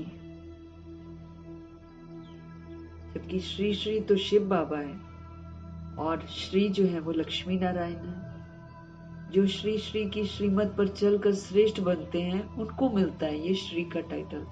लेकिन कलयुग में सब पतित को ही बोल देते हैं श्री श्री।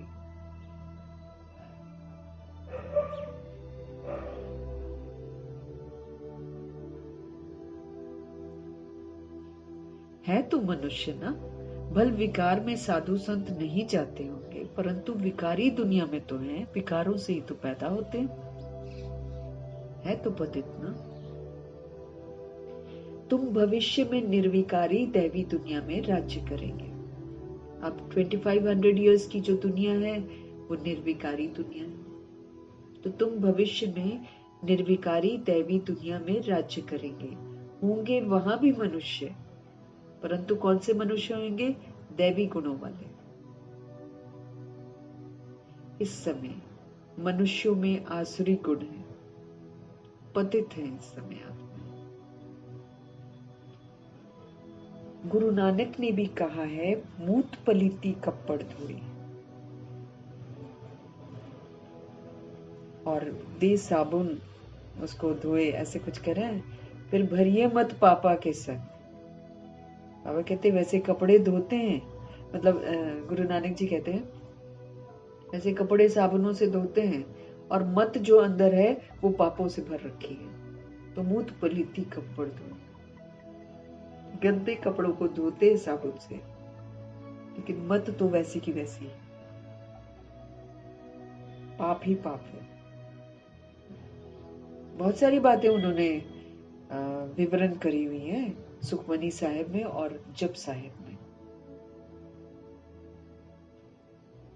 सारे शास्त्रों में से देखा जाए तो गुरु ग्रंथ साहिब जो गुरु नानक जी ने लिखा था ना, वो छोटा सा, उसमें है असलियत मनमना भव की और मध्यजी भव की। गुरु नानक भी बाप की बहुत महिमा करते हैं, शिव बाबा की बहुत महिमा करते हैं। मूल मंत्र ही शिव बाबा पर है सारा का सारा, जिससे शुरुआत होती है, और जो बड़ा शक्तिशाली मंत्र है क्योंकि वो भगवान की महिमा है। अब शुरू के जो सिख हुआ करते थे वो उनके डिफरेंट धारणाएं होती थी, आजकल डिफरेंट है। आजकल तो गुरु ग्रंथ साहिब को बहुत बड़ा बना दिया, सारा एडिशन है, रहीम के दोहे, कबीर की बातें सारी एडिड है। और फिर धीरे धीरे शादी ब्याह होने लगे तो शादी के फेरों की सारे वो श्लोक भी है, वो भी पढ़ते हैं। गुरु नानक जी वाली छोटी वाली में नहीं थे ये सब। तो गुरु नानक भी बाप की बहुत महिमा करते हैं। अब बाप आए हैं स्थापना और विनाश करने के लिए। स्थापना सतयुग की, स्थापना समझ की करते हैं, और विनाश बेसब जी का करते हैं। और जो भी धर्म स्थापक है ना, वो तो सिर्फ धर्म स्थापन करने के लिए आते हैं, उनके नाम के पीछे। अब जैसे गुरु नानक जी है, वो धर्म स्थापन करने थोड़ी आते हैं, वो तो भगवान का परिचय देते हैं। और फिर उनके तो वो जो है ना, वो जो चेले थे साथ में रहते थे, वो बाला मर्दाना, एक मुस्लिम एक हिंदू था, दोनों ही बहुत मानते थे उनको, तो मुस्लिम भी और हिंदू भी। उनके जाने के बाद या उनका जो 10वां चोला वो लेते हैं गुरु गोविंद सिंह जी, उसके बाद सिखिज्म शुरू हुआ है।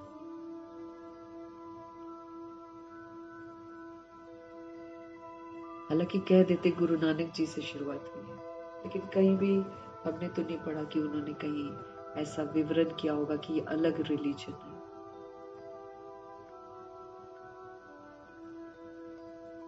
और जो भी जितने धर्म स्थापक है वो सिर्फ धर्म स्थापन करते हैं और धर्मों का विनाश नहीं करते। उन्हों की तो वृद्धि होती रहती है, बढ़ते ही जाते बढ़ते ही जाते। अभी बाप वृद्धि को बंद करते हैं, किसी भी तरह की वृद्धि को बाबा अब बंद करते हैं कि बस खत्म करो अब।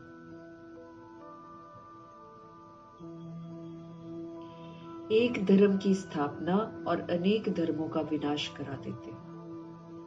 बाबा पवित्र बनाते हैं, लेकिन उस पवित्रता का प्रभाव ऐसा होता है कि भिन्न भिन्न दैहिक धर्मों का विनाश हो जाता है, जिससे भिन्नता आती है, नफरत आती है, लड़ाई झगड़े होते हैं, वो सबका विनाश करवा देते हैं बाबा। बाबा पवित्रता की स्थापना कराते हैं। इस पवित्रता की शक्ति से अपवित्र आत्माएं जो हैं वो अपने कुल का विनाश खुद ही कर देती हैं।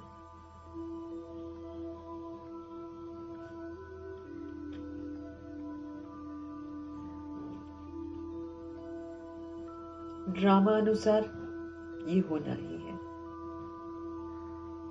बाप कहते हैं, मैं आदि सनातन देवी देवता धर्म की स्थापना कराता हूं, जिसके लिए तुमको मैं पढ़ा रहा हूं। भगवान जी आदि सनातन देवी देवता धर्म स्थापन करते हैं और उसके लिए हम आत्माओं को पढ़ा रहे हैं। सतयुग में अनेक धर्म होते ही नहीं। ड्रामा में इन सब के वापस जाने की नूंद है। ये जो अनेक धर्म है ना, इनकी समाप्ति का समय है, और ये अनेक धर्म मानने वाली जितनी भी आत्माएं हैं, इन सब की वापस जाने की नूंद है। इस विनाश को कोई भी टाल नहीं सकते। कोई भी चाहे कि इसको हम रोक दें तो नहीं कर सकते। विश्व में शांति तब होती है जब विनाश होता है। अब सभी आसुरी शक्तियां जितनी भी है ना, अनकंट्रोलेबल हो गया है ना अब तो सब कुछ। कौन किसको नियंत्रण करे, सब कंट्रोल से बाहर हो गए हैं। तो इसीलिए अब इनका विनाश तो निश्चित है। तो बाबा कहते हैं विश्व में शांति तब होती है जब विनाश होता है, इस लड़ाई के द्वारा ही फिर स्वर्ग के गेट खुलते हैं। तो ये कल्याणकारी लड़ाई है। इसके बाद बाबा कहते हैं स्वर्ग के गेट फिर खुलते हैं।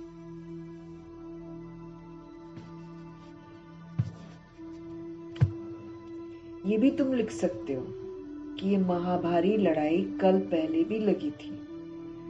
तुम प्रदर्शनी का उद्घाटन कराते हो तो ये लिखो ना, बाप परमधाम से आए हैं हेवन का उद्घाटन करने के लिए। भगवान परमधाम से आए हुए हैं हेवन का उद्घाटन करने। बाप कहते हैं मैं हेवनली गॉडफादर हेवन का उद्घाटन करने के लिए आया हूँ। मैं हेवनली गॉडफादर हूँ और मैं हेवन का उद्घाटन करने के लिए आया हूँ। बच्चों की ही मैं मदद लेता हूँ। अब क्या करेंगे बाबा, हमारी मदद लेंगे ना, हमको अगर लेकर जाना है तो इनॉग्रेशन बाबा करते हैं हेवन की। और फिर मैं बच्चों की मदद लेता हूँ स्वर्गवासी बनाने के लिए। इतनी सब आत्माओं को पावन नहीं तो कौन बनाए, कौन बनाए? तो फिर बाबा हमको बनाते हैं, फिर हमको बोलते हैं दूसरों को भी बनाओ, क्योंकि ढेर आत्माएं हैं। घर घर में तुम ये समझा सकते हो भारतवासी तुम सतो प्रधान थे, फिर 84 जन्मों के बाद तमो प्रधान बने हो। तुम सतो प्रधान थे लेकिन फिर 84 जन्मों के बाद तुम क्या बने, तमो प्रधान बने हो। अब फिर सतो प्रधान बनो। ऐसे बाबा सिखाते कि तुम डायरेक्टली बोलोगे कि तुम तमो प्रधान हो तो भाई टूट पड़ेंगे। इसलिए अभी ये वाला जो भी है ना, अभी राम मंदिर का भी बनाया था, तो उसमें बाबा के बच्चों ने यही डाला था कि आदि सनातन देवी देवता धर्म की थी, ताकि और ऊंचा दर्जा हो गया ना। गुस्सा नहीं, सीधे बोलेंगे हिंदू धर्म नहीं है तो सुनेंगे नहीं ना लोग और आक्रोश में आ जाएंगे। इसलिए बाबा कह रहे हैं कि भारतवासी तुम सतो प्रधान थे, फिर 84 जन्मों के बाद तुम तमो प्रधान बने हो, अब फिर सतो प्रधान बनो। मन बना भाव, अब मन को प्रभु में लगाओ। ऐसे मत कहो कि हम शास्त्रों को नहीं मानते, ऐसे बोलेंगे तो फिर वो लड़ मरेंगे। बोलो शास्त्रों को और भक्ति मार्ग को तो हम मानते थे, परंतु अभी ये भक्ति मार्ग की रात जो है ये पूरी होती है, ज्ञान से दिन शुरू होता है, समझ से फिर दिन शुरू होता है। बाप आए हैं किस लिए, सदगति करने के लिए। समझाने की बड़ी युक्ति चाहिए। बाबा कहते कोई तो अच्छी रीति धारणा करते हैं, कोई कम करते हैं। प्रदर्शनी में भी जो अच्छे अच्छे बच्चे हैं वो अच्छा समझाते हैं।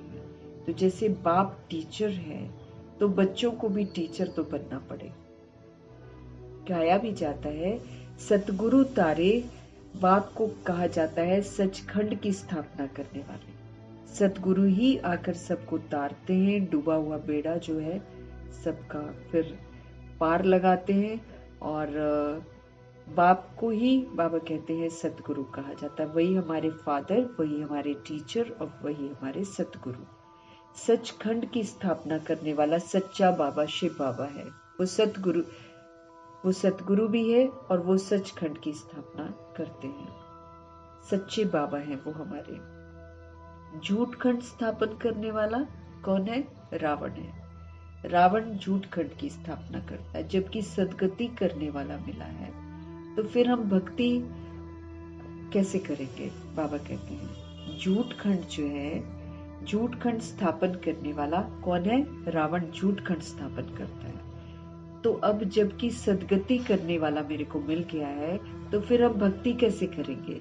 भक्ति सिखलाने वाले अनेक गुरु लोग हैं, वो हमको भक्ति सिखाते हैं। सतगुरु तो एक ही है, कहते भी है सतगुरु अकाल, फिर भी अनेक गुरु बनते ही रहते हैं, बहुत सारे गुरु बनाते रहते हैं। सन्यासी, उदासी, बहुत प्रकार के गुरु लोग होते हैं। सिख लोग खुद ही कहते हैं सतगुरु अकाल, अर्थात जिसको काल नहीं खाता। वो ऐसे बोलते हैं लेकिन आत्माएं समझती नहीं है, इसलिए बहुत सारे गुरु बनाती रहती हैं। तो और उन्हीं को गुरु समझना शुरू कर देती हैं। और जबकि वो लोग समझाते, सिख लोग खुद ही कहते हैं कि सतगुरु अकाल है, अर्थात जिस गुरु को कोई काल नहीं खाता है। मनुष्य को तो काल खा जाता है ना। तो बाप समझाते हैं मन मना भव, मन को प्रभु में लगाओ। उनका फिर है जप साहेब, जप साहेब को तो सुख मिले, ऐसा बोलते हैं गुरु नानक जी कि जप साहेब। अब वो लोग बोल देते हैं वाहिगुरु वाहिगुरु वाहिगुरु। अब गुरु नानक जी बोलते थे परमात्मा को याद करो तो सुखों की मणि मिलेगी। और सुखमणि साहेब में पूरा विवरण है बाबा के बच्चों का।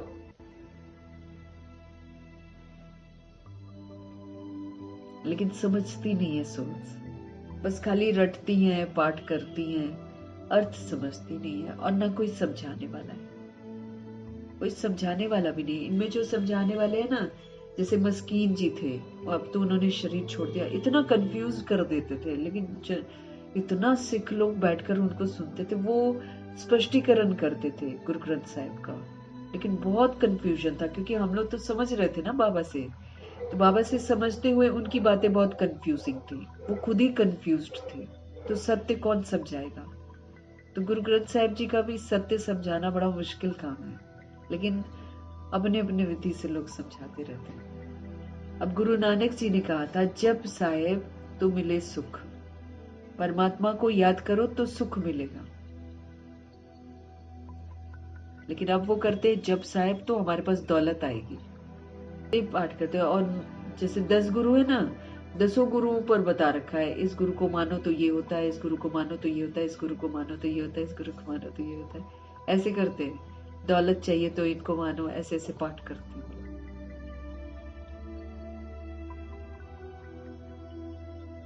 ये बंगला साहिब गुरुद्वारा है ना, गुरु हरकिशन साहिब, वो बोलते हैं कि इनको मानो तो फिर सारे दुख रोग दूर हो जाते हैं। अब वहां दुखी रोगी आते भी हैं, फिर देखो नहीं समझ में आता है ना दुख रोग कैसे दूर होते हैं, जब हम अपने कर्मों को सुधारते हैं।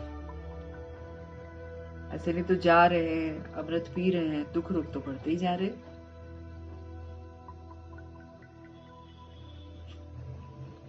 अब पानी प्योर इसलिए हो जाता है वहां का, कहते हैं अमृत है, अब पता नहीं कब निकला है, ये तो नहीं मालूम। लेकिन जो भी हो, आत्माओं में श्रद्धा बहुत है और लोग वहां का जल पीते हैं, अच्छा लगता है। लेकिन दुख रोग तो फिर अपने कर्मों का आ जाता है ना, तो वो तो कर्म सुधारेंगे नहीं तो खत्म होंगे, पतित पनाम छोड़ेंगे नहीं, दुख रोग खत्म होंगे नहीं। मुख्य 2 अक्षर हैं। बाप कहते हैं मुझे याद करो, जब साहेब को मनमना भव, और साहेब तो एक ही है, शिव बाबा। गुरु नानक ने भी उनके लिए ही इशारा किया। गुरु नानक जी ने कभी नहीं कहा कि तुम मुझे जपो। अब लोगों को भगवान को जपना डिफिकल्ट लगता है, तो वो लोग पकड़ लेते हैं इनको, कहते हैं ये इजी है। हाँ, वो समझते हैं भगवान को जपने से बहुत सारा हमको चेंजेस अपने में लाना पड़ेगा, इसलिए वो सोचते हैं कि गुरु नानक जी ने भगवान को पकड़ा है, हम गुरु नानक जी को पकड़ लेते हैं। ऐसा करते हैं। तो गुरु नानक जी ने भी उनके लिए इशारा किया है कि उनको जपो। वास्तव में तुमको जपना नहीं है, तुमको याद करना है। अब बाबा हमको सिखाते हैं ना कि हमको चलते फिरते उठते बैठते परमपिता परमात्मा जी की यादों में रहना है। ये है अजपा जाप। ये तो मन में जपते रहो, है ना, बाबा को याद करते रहो। मुख से कुछ बोलो नहीं, शिव शिव भी कहना नहीं है। तुमको तो जाना है शांति धाम ना, तो अपना मुंह बंद करना है आपको। शांति धाम, वहां बात नहीं करते, वो हमारा अपना ओरिजिनल घर है। तो वहां जाना है तो हमको शिव शिव भी नहीं करना है, बस मन ही मन बाबा को याद करना है। बाप सिखलाते हैं। अजपा जाप भी एक ही होता है जो बाप सिखलाते हैं। वो कितने घंटे बजाते हैं, आवाज करते, महिमा करते, अच्युतम केशवम नारायणम, कुछ ऐसे करके है। लेकिन एक भी अक्षर को कुछ न समझते, बस खाली बोलते रहते हैं। अच्युतम केशवम श्री नारायणम, कुछ ऐसा बोलते रहते हैं। बाबा कहते किसी का अर्थ नहीं समझते। सुख देने वाला तो एक शिव बाबा है, व्यास भी उनको ही कहेंगे ना, उनमें नॉलेज है जो देते हैं हमको। असल में व्यास शिव बाबा है, सुख भी वही देते हैं। तुम बच्चे समझते हो, अब हमारी चढ़ती कला होती है, ये समय है, भगवान आते हैं, तुम गिरती कला से चढ़ती कला में जाते हैं। सीढ़ी में कलाओं को भी दिखाया है। सीढ़ी का चित्र जो है उसमें 16 कला, 14 कला ऐसे करके दिखाया, 8 कला, फिर 9 कला, है ना। सतयुग, ये जो कलयुग है इसमें कोई भी कला नहीं है, और यहाँ पर टैलेंट का कितना बखान है। सारा देह अभिमान लाता है टैलेंट, नाचना, गाना, कुछ भी रिकॉर्ड बनाना, कुछ भी करना, बहुत सारी चीजों की कलाएं दिखाते ना आजकल। पेंटिंग की कला, ये कला, वो कला। पेंटिंग भी कैसी कैसी बनाते हैं आजकल। तो समझते हैं हम कला दिखा रहे हैं। अब भगवान कहते हैं कि कलयुग में किसी में भी कोई कला ही नहीं है, सब कलाहीन हो गए। तो सीढ़ी के चित्र में कलाएं भी दिखाते हैं, सुंदर चित्र बना हुआ है ना वो। तो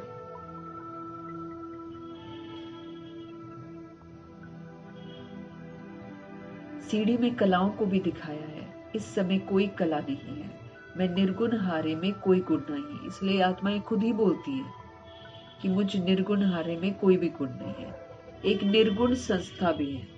अब बाप कहते हैं बालक तो महात्मा मिसल होता है, उनमें कोई अवगुण नहीं है। बालक जो होता है, छोटा बालक, वो महात्मा के मिसल होता है, उनमें कोई अवगुण नहीं है। उनका फिर नाम रख देते हैं निर्गुण बालक। अगर बालक में गुण नहीं तो फिर बाप में भी नहीं, सब में अवगुण है। गुणवान सिर्फ देवताएं बनते हैं, और कौन बनाता है? शिव बाबा बनाते हैं। नंबर 1 अवगुण है जो बाप को ही नहीं जानते। सबसे नंबर 1 अवगुण है भगवान को नहीं जानना। दूसरा अवगुण है जो विषय सागर में गोते खाते हैं, विकारों में जाते हैं। बाप कहते हैं आधा कल्प तुमने गोता खाया, अब मैं ज्ञान सागर तुमको खीर सागर में ले जाता हूँ, मीठी दुनिया में लेकर जाता हूँ। मैं तो खीर सागर में जाने के लिए तुमको शिक्षा भी देता हूँ। मैं इनके बाजू में आकर बैठता हूँ, ब्रह्मा जी के, जहाँ आत्मा रहती है। मैं स्वतंत्र हूँ, मैं कहाँ भी आ जा सकता हूँ, मुझे कोई बांध नहीं सकता। ब्रह्मा जी भी बांध नहीं सकते। भगवान अधीन करके आते हैं, अपनी मर्जी से आते हैं, अपनी मर्जी से निकल जाते हैं। तुम पितरों को खिलाते हो तो आत्मा को खिलाते हो ना, शरीर तो भस्म हो जाता है। पितरों को खिलाना क्या है? आत्मा को खिला रहे हैं। बाकी बाबा कहते हो उसका बॉडी तो जल गया, उनको देख भी नहीं सकते हो तुम। समझते हो फलाने की आत्मा का श्राद्ध हम कर रहे हैं, आत्मा को बुलाया जाता है। ये भी ड्रामा में पार्ट है, कभी आती है कभी नहीं भी आती है। एक्चुअली बाबा इस समय संगम युग में इमर्ज करते हैं ना आत्माओं को, जो अच्छी अच्छी आत्माएं जाती हैं संपन्न संपूर्ण बन के, उनको भोग लगता है। बस इसका कुछ ना कुछ तो बनेगा ना ड्रामा में, तो लोग फिर श्राद्ध खिलाना शुरू कर देते हैं। अब बाबा तो इमर्ज कर लेते हैं उस सोल को, अब मनुष्य इमर्ज थोड़ी कर सकते हैं। लेकिन फिर भी सोचते हैं ब्राह्मण ने खा लिया मतलब उन आत्माओं ने खा लिया।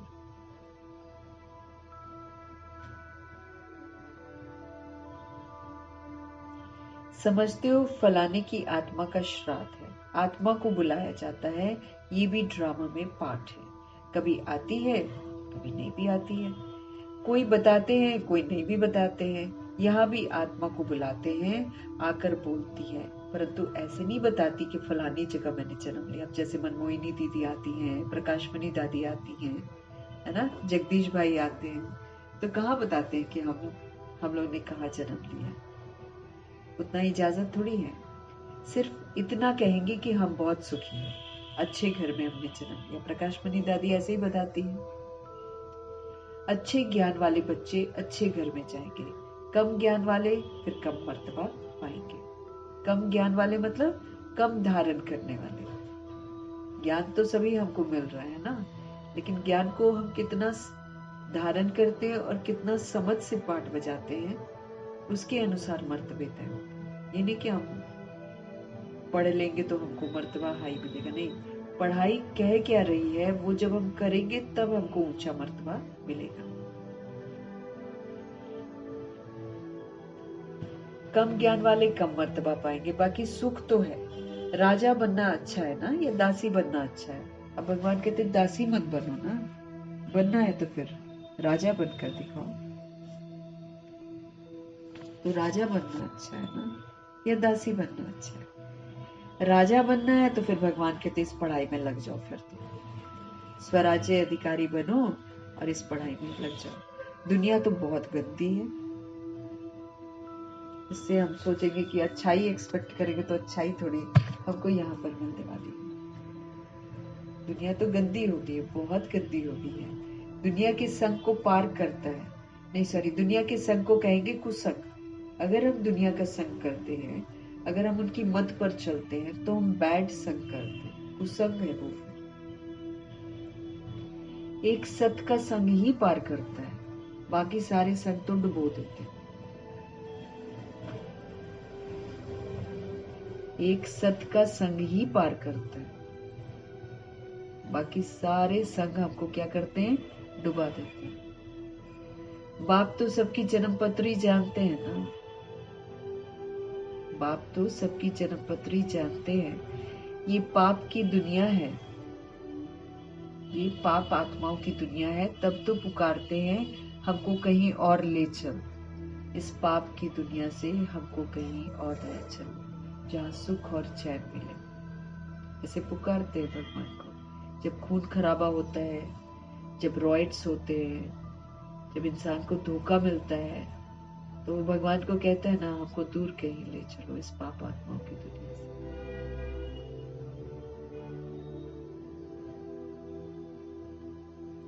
अब बाप कहते हैं मीठे मीठे बच्चों, मेरा बनकर फिर मेरी मत पर चलो ना। तुम मेरे बनते हो तो तुम फिर मेरी मत पर चलो। ये बहुत गंदी दुनिया है, यहाँ पर बहुत करप्शन है। इस दुनिया में बहुत करप्शन है, भ्रष्टाचार है, लाखों करोड़ों रुपयों की ठगी होती है। यहाँ पर ठगते हैं सब। अब अपनी तो राज्य सत्ता ही महाठग है, इतनी ठग है ना। आजकल लोग बोल रहे हैं ना कि वोट चोरी करते हैं। अब वो पूछते हैं कि क्या मैं वोट चोर हूं? तो किसी आईएएस ऑफिसर ने बोला, आप चोरी करते हो तभी तो कहते हो कि मुझे कोई कुर्सी से, मेरी कोई कुर्सी ले नहीं सकता है, मुझे मेरी सीट से कोई हटा नहीं सकता है। वो बोलता है आप इतने कॉन्फिडेंस से कैसे बोलते हो? क्योंकि आप करते हो ना चोरी। ऐसे वो आईएएस ऑफिसर ने बोला। तो ठगते हैं, ये ठगों की दुनिया है।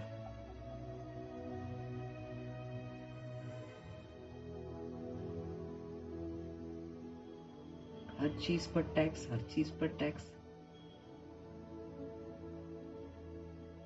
कहाँ सतयुग की राजाई, और कहा चलो सतयुग की राजाई तो हम यहाँ से कमा कर जाते हैं।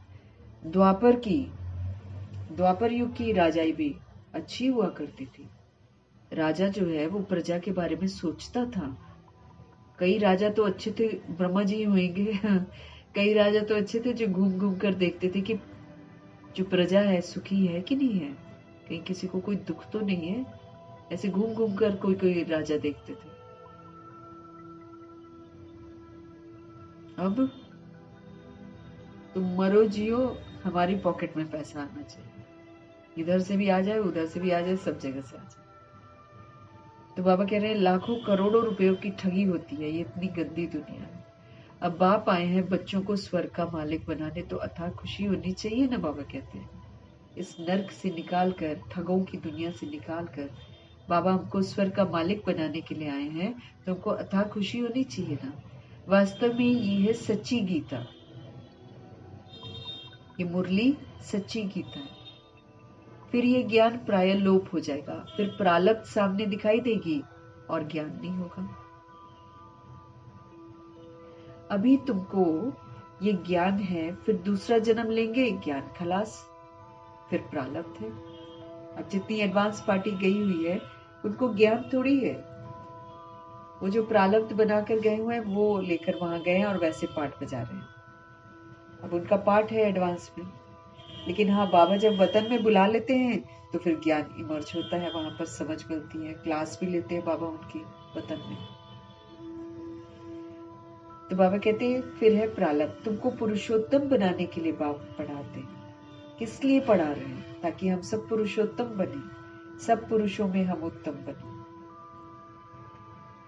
अभी तुमने बाप को जाना है, अब अमरनाथ की यात्रा होती है। बोलो, जिनको सूक्ष्म वतन में दिखाते हैं वो फिर स्थूल वतन में कहां से आया? पहाड़ आदि तो यहाँ है ना, बाबा कहते हैं। पहाड़ तो यहाँ है, वहां पतित हो कैसे सकते हैं? जो पार्वती को ज्ञान देते हैं, बर्फ का लिंग बैठकर हाथ से बनाते हैं। देखो बाबा बता रहे हैं, अब किसी को बताएंगे तो लड़ मरेंगे वो। अभी तो नहीं, दुनिया वहां पर अमरनाथ यात्रा में जाती है, यही देखने तो जाती है लिंग, क्योंकि अफवाह फैला रखी है कि खुद ब खुद बनता है लिंग। और ब्रह्मा जी वहां गए तो देखा कि खुद बनाते हैं, तो उनको बोला कि ऐसा क्यों करते हो? कहता हमारी रोजी रोटी है। अब कितने लड़के जाते हैं, आजकल तो लड़कियां भी जाने लग गई हैं।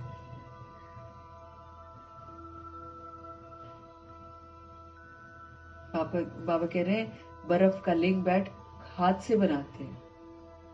वो तो बाबा कहते कहां भी बना सकते हैं, लेकिन उसके लिए देखो कितना पैसा खर्च होता है। और फिर राज्य सत्ता के कि हमने अमरनाथ यात्रा करवाई है, कितना पैसा कलेक्शन होता है।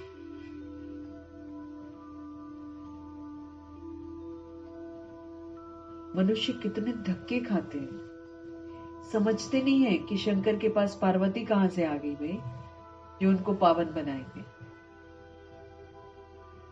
अब हम सब आत्मा रूपी पार्वतियां हैं। बाबा तो सबको अमरनाथ की कथा सुना रहे हैं, सच्ची मुरली सुना रहे हैं।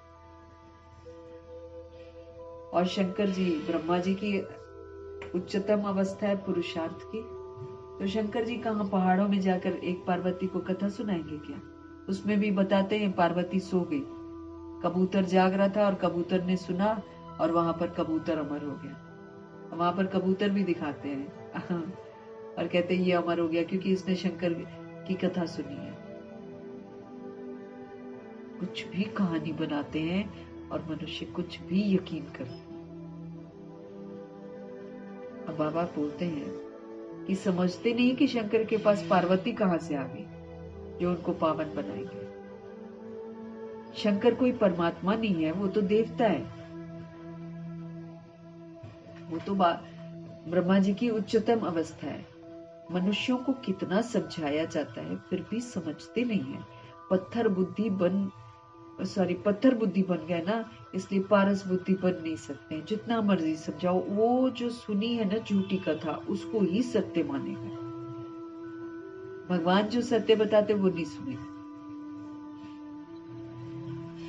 तो बाबा कहते पारस बुद्धि बन नहीं सकते हैं। प्रदर्शनी में कितने आते हैं, कहेंगे नॉलेज तो बहुत अच्छी है, सबको नॉलेज मिलनी चाहिए। अरे तुम तो ले लो पहले। ये जितने भी मंत्री आते हैं ना, वो यही बोलेंगे बड़ी अच्छी अच्छी बातें हैं, सबको पता चलनी चाहिए। तो बाबा कहते हैं ऐसे बोल जाते हैं भाषणों में, लेकिन बाबा कहते हैं भाई तुम तो ले लो पहले। कहेंगे हमको फुर्सत ही नहीं है। प्रदर्शनी में ये भी लिखना चाहिए कि इस लड़ाई के पहले बाप स्वर का उद्घाटन कर रहे हैं। ये लड़ाई होनी है और इस लड़ाई के पहले बाप स्वर का उद्घाटन कर रहे हैं। विनाश के बाद स्वर के द्वार खुल जाएंगे। बाबा ने कहा था हर एक चित्र में लिखो पारलौकिक परमपिता परमात्मा त्रिमूर्ति शिव भगवान वाच। हाँ, क्या लिखना है? हर चित्र के आगे पारलौकिक परमपिता परमात्मा त्रिमूर्ति शिव भगवानवाच। त्रिमूर्ति न लिखने से कहेंगे शिव तो निराकार है, वो कैसे ज्ञान देंगे। इसीलिए बाबा कहते त्रिमूर्ति जरूर लिखो, क्योंकि वो ब्रह्मा द्वारा स्थापना कराते हैं, विष्णु द्वारा पालना और शंकर द्वारा विनाश कराते हैं। किसका? आसुरीपन का। और किसकी स्थापना करते? दिव्यता की, सत्यता की।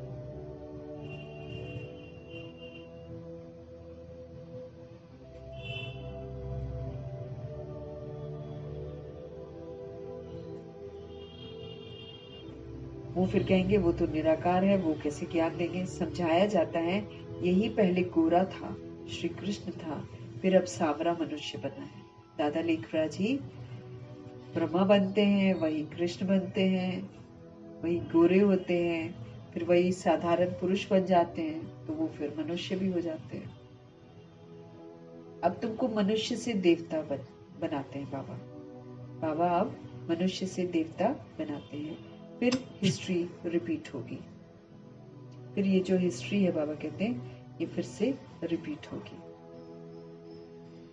गायन भी है, मनुष्य से देवता किए करत न लागी बात। ये भी गुरु नानक जी बताते हैं कि भगवान तो ऐसा है कि उनको मनुष्य से देवता बनाने में देर ही नहीं लगती है। देर हम लोग लगाते हैं, भगवान को थोड़ी देर लगती है। गायन भी है, मनुष्य से देवता किए करत न लागी बात। फिर सीढ़ी उतरकर मनुष्य बनते हैं, फिर बाप आकर देवता बनाते हैं। बाप कहते हैं मुझे आना पड़ता है, कल्प कल्प कल्प के संगम युगे में आता हूँ। युगे युगे कहना रॉन्ग है। मैं संगम युग पर आकर तुमको पुण्य आत्मा बनाता हूँ। मैं क्या करता हूँ? मैं संगम युग पर आकर तुमको पुण्य आत्मा बनाता हूँ, फिर रावण तुमको फिर से पाप आत्मा बना देता है। बाप ही पुरानी दुनिया को नई दुनिया बनाते हैं। ये समझने की सारी बातें, बाबा जो भी हमको बात बताते हैं वो सारी यथार्थ समझने की बातें, उसको समझना है और फिर समझ के प्रमाण हमको चलना है। अच्छा, मीठे मीठे सिकिलते बच्चों प्रति माता पिता बाप दादा का याद प्यार और गुड मॉर्निंग। रूहानी बाप की रूहानी बच्चों को नमस्ते। हम रूहानी बच्चों की भी रूहानी बाप को दिल से, जान से, सिख से, प्रेम से, अदब से, पूरे रिगार्ड से, पूरे रिस्पेक्ट से प्यार भरी नमस्ते और तहे दिल से धन्यवाद। धन्यवाद करते हुए आज की धारणा है, बाप के समान टीचर बनना है। अब बाबा तो ज्ञान का स्वरूप है, वो तो ज्ञान का सागर, अखुट सागर है, ज्ञान ही ज्ञान है उनके अंदर। तो वैसा टीचर बनना है, तो ब्रह्मा जी बनकर दिखाते हैं। अब जैसे ब्रह्मा जी पूरी धारणा करते हैं, पढ़ाई को धारण करते हैं, फिर दूसरों को समझाते हैं, ऐसे हमको भी करना है। हमको बाप के समान टीचर बनना है। पहले धारणाएं हमारे अंदर हो, बड़ी युक्ति से सबको इस झूठ खंड से निकाल कर सच खंड में चलने के लायक बनाना है, बड़ी युक्ति से। नहीं तो झूठ इस कदर बुद्धि में घुस गया है कि भगवान भी खड़े होकर बोलेंगे ना कि मैं भगवान हूं तो भी विश्वास नहीं करेंगे, अपने बनाए हुए भगवानों पर विश्वास करेंगे। इसीलिए बाबा कहते बड़ी ही युक्ति से सबको इस झूठ खंड से निकालना है और सच खंड में चलने के लायक बनाना है, बड़ी ही युक्तियों से। दुनिया का जो संग है वो बुरा संग है, वो कुसंग है। इसलिए कुसंग से किनारा कर एक सत्य का संग मुझे करना है। कुसंग से किनारा कर एक सत्य का संग करना है। ऊंच मर्तबे के लिए इस पढ़ाई में लग जाना है, एक बाप की मत पर ही हमको चलना है।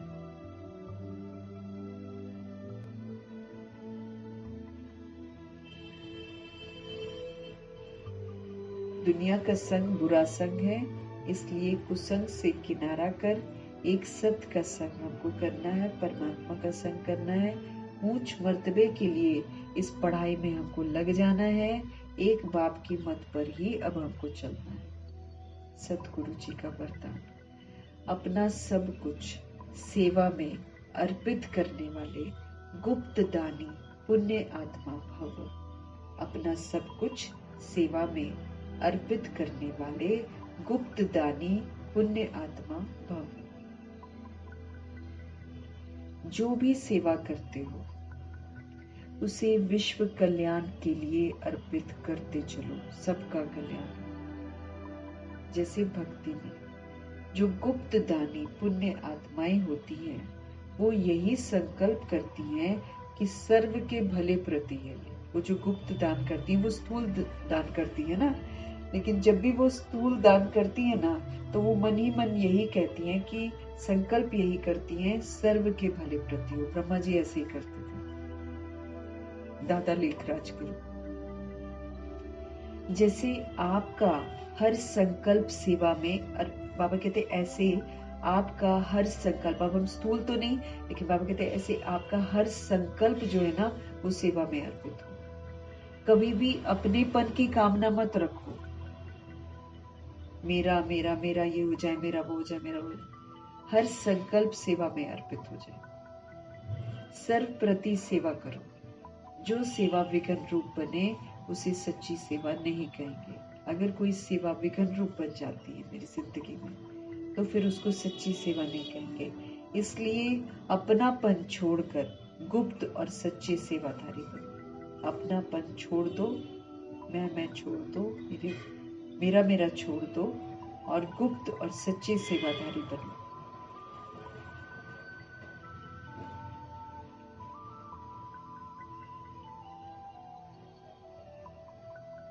तो अपना सब कुछ सेवा में अर्पित करने वाले गुप्त दानी पुण्य आत्मा बनो।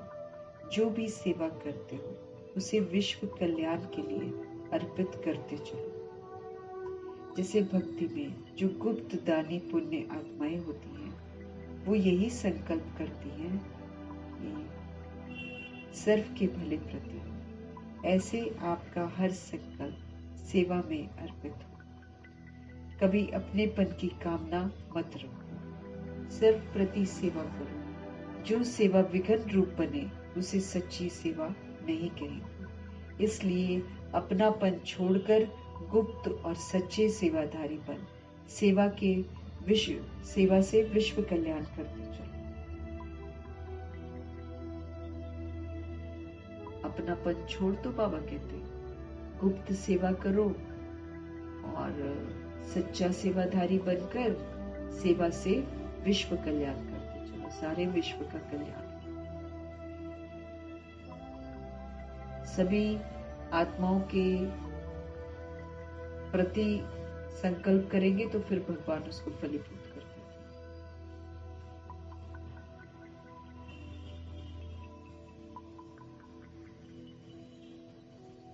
श्लोक। हर बात प्रभु अर्पण कर दो, तो आने वाली जो मुश्किलातें हैं वो सहज अनुभव होगी। सारी बातों को प्रभु अर्पण कर दो, तो आने वाली जो मुश्किलें हैं वो हमको सहज अनुभव होगी, उसमें हम विचलित नहीं होंगे। कब? जब हर बात हम प्रभु को अर्पण कर देंगे तब।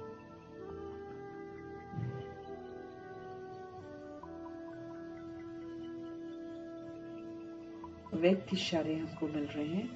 सहज योगी बनना है तो परमात्म प्यार का अनुभवी बनो।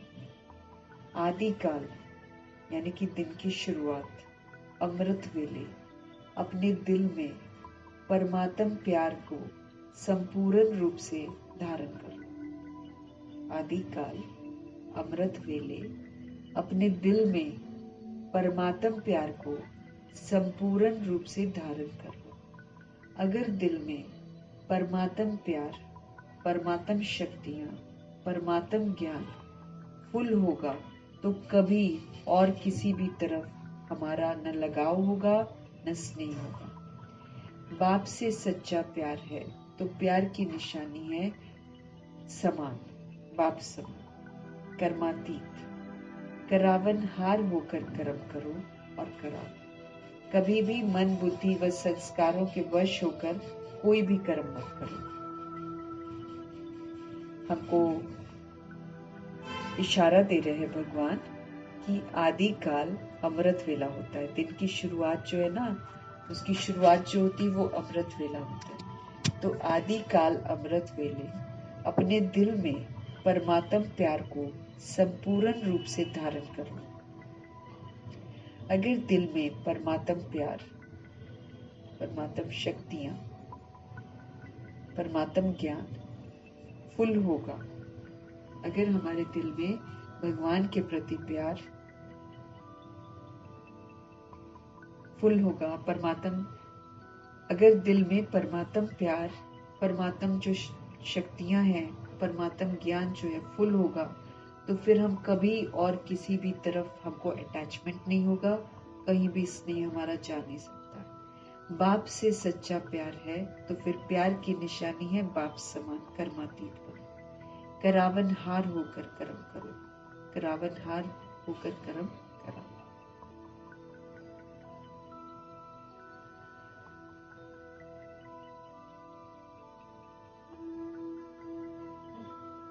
करावन हार होकर कर्म करो और कराओ, मालिक बनकर कर्म करो, फिर भगवान से कनेक्ट होकर कर्म कराएंगे। कभी भी मन बुद्धि व संस्कारों के वश होकर कोई भी कर्म मत करो। ऐसा ना हो कि मन हमको वश कर ले, हमारी बुद्धि हमको वश कर ले, कोई पुराना संस्कार हमको वश कर ले।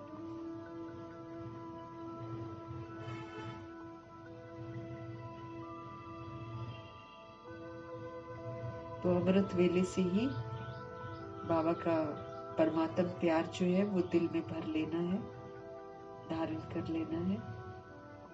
जब परमात्म प्यार फुल होगा, परमात्मा की पावर्स फुल होगी, परमात्मा की दी हुई समझ फुल होगी, तो कभी भी हम कहीं पर अटैचमेंट में नहीं आएंगे। बाप से सच्चा प्यार अगर है तो फिर प्यार की निशानी क्या होगी? हम बाप समान बनेंगे, कर्मातीत बनेंगे। करावन हार होकर कर्म करना है, करावन हार होकर कर्म कराना है। कभी भी मन बुद्धि व संस्कारों के वश होकर हमको कोई भी कर्म नहीं करना। कभी भी मन बुद्धि व संस्कारों के वश होकर कोई भी कर्म नहीं करना।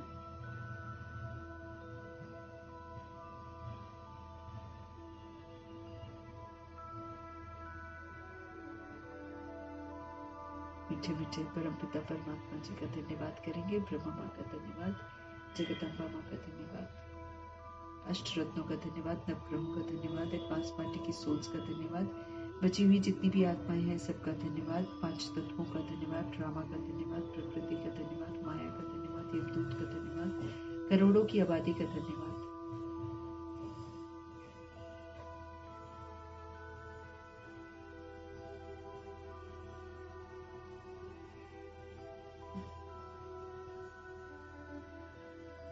तत्वों का धन्यवाद हो गया ना, धरती आकाश जल वायु अग्नि सबका धन्यवाद करेंगे। रामा प्रकृति माया यमदूत करोड़ों की आबादी सबका धन्यवाद। साधनों का धन्यवाद, साधन बनाने वालों का धन्यवाद, साथ में रहने वाली सोल्स का धन्यवाद, सहयोगी आत्माओं का धन्यवाद।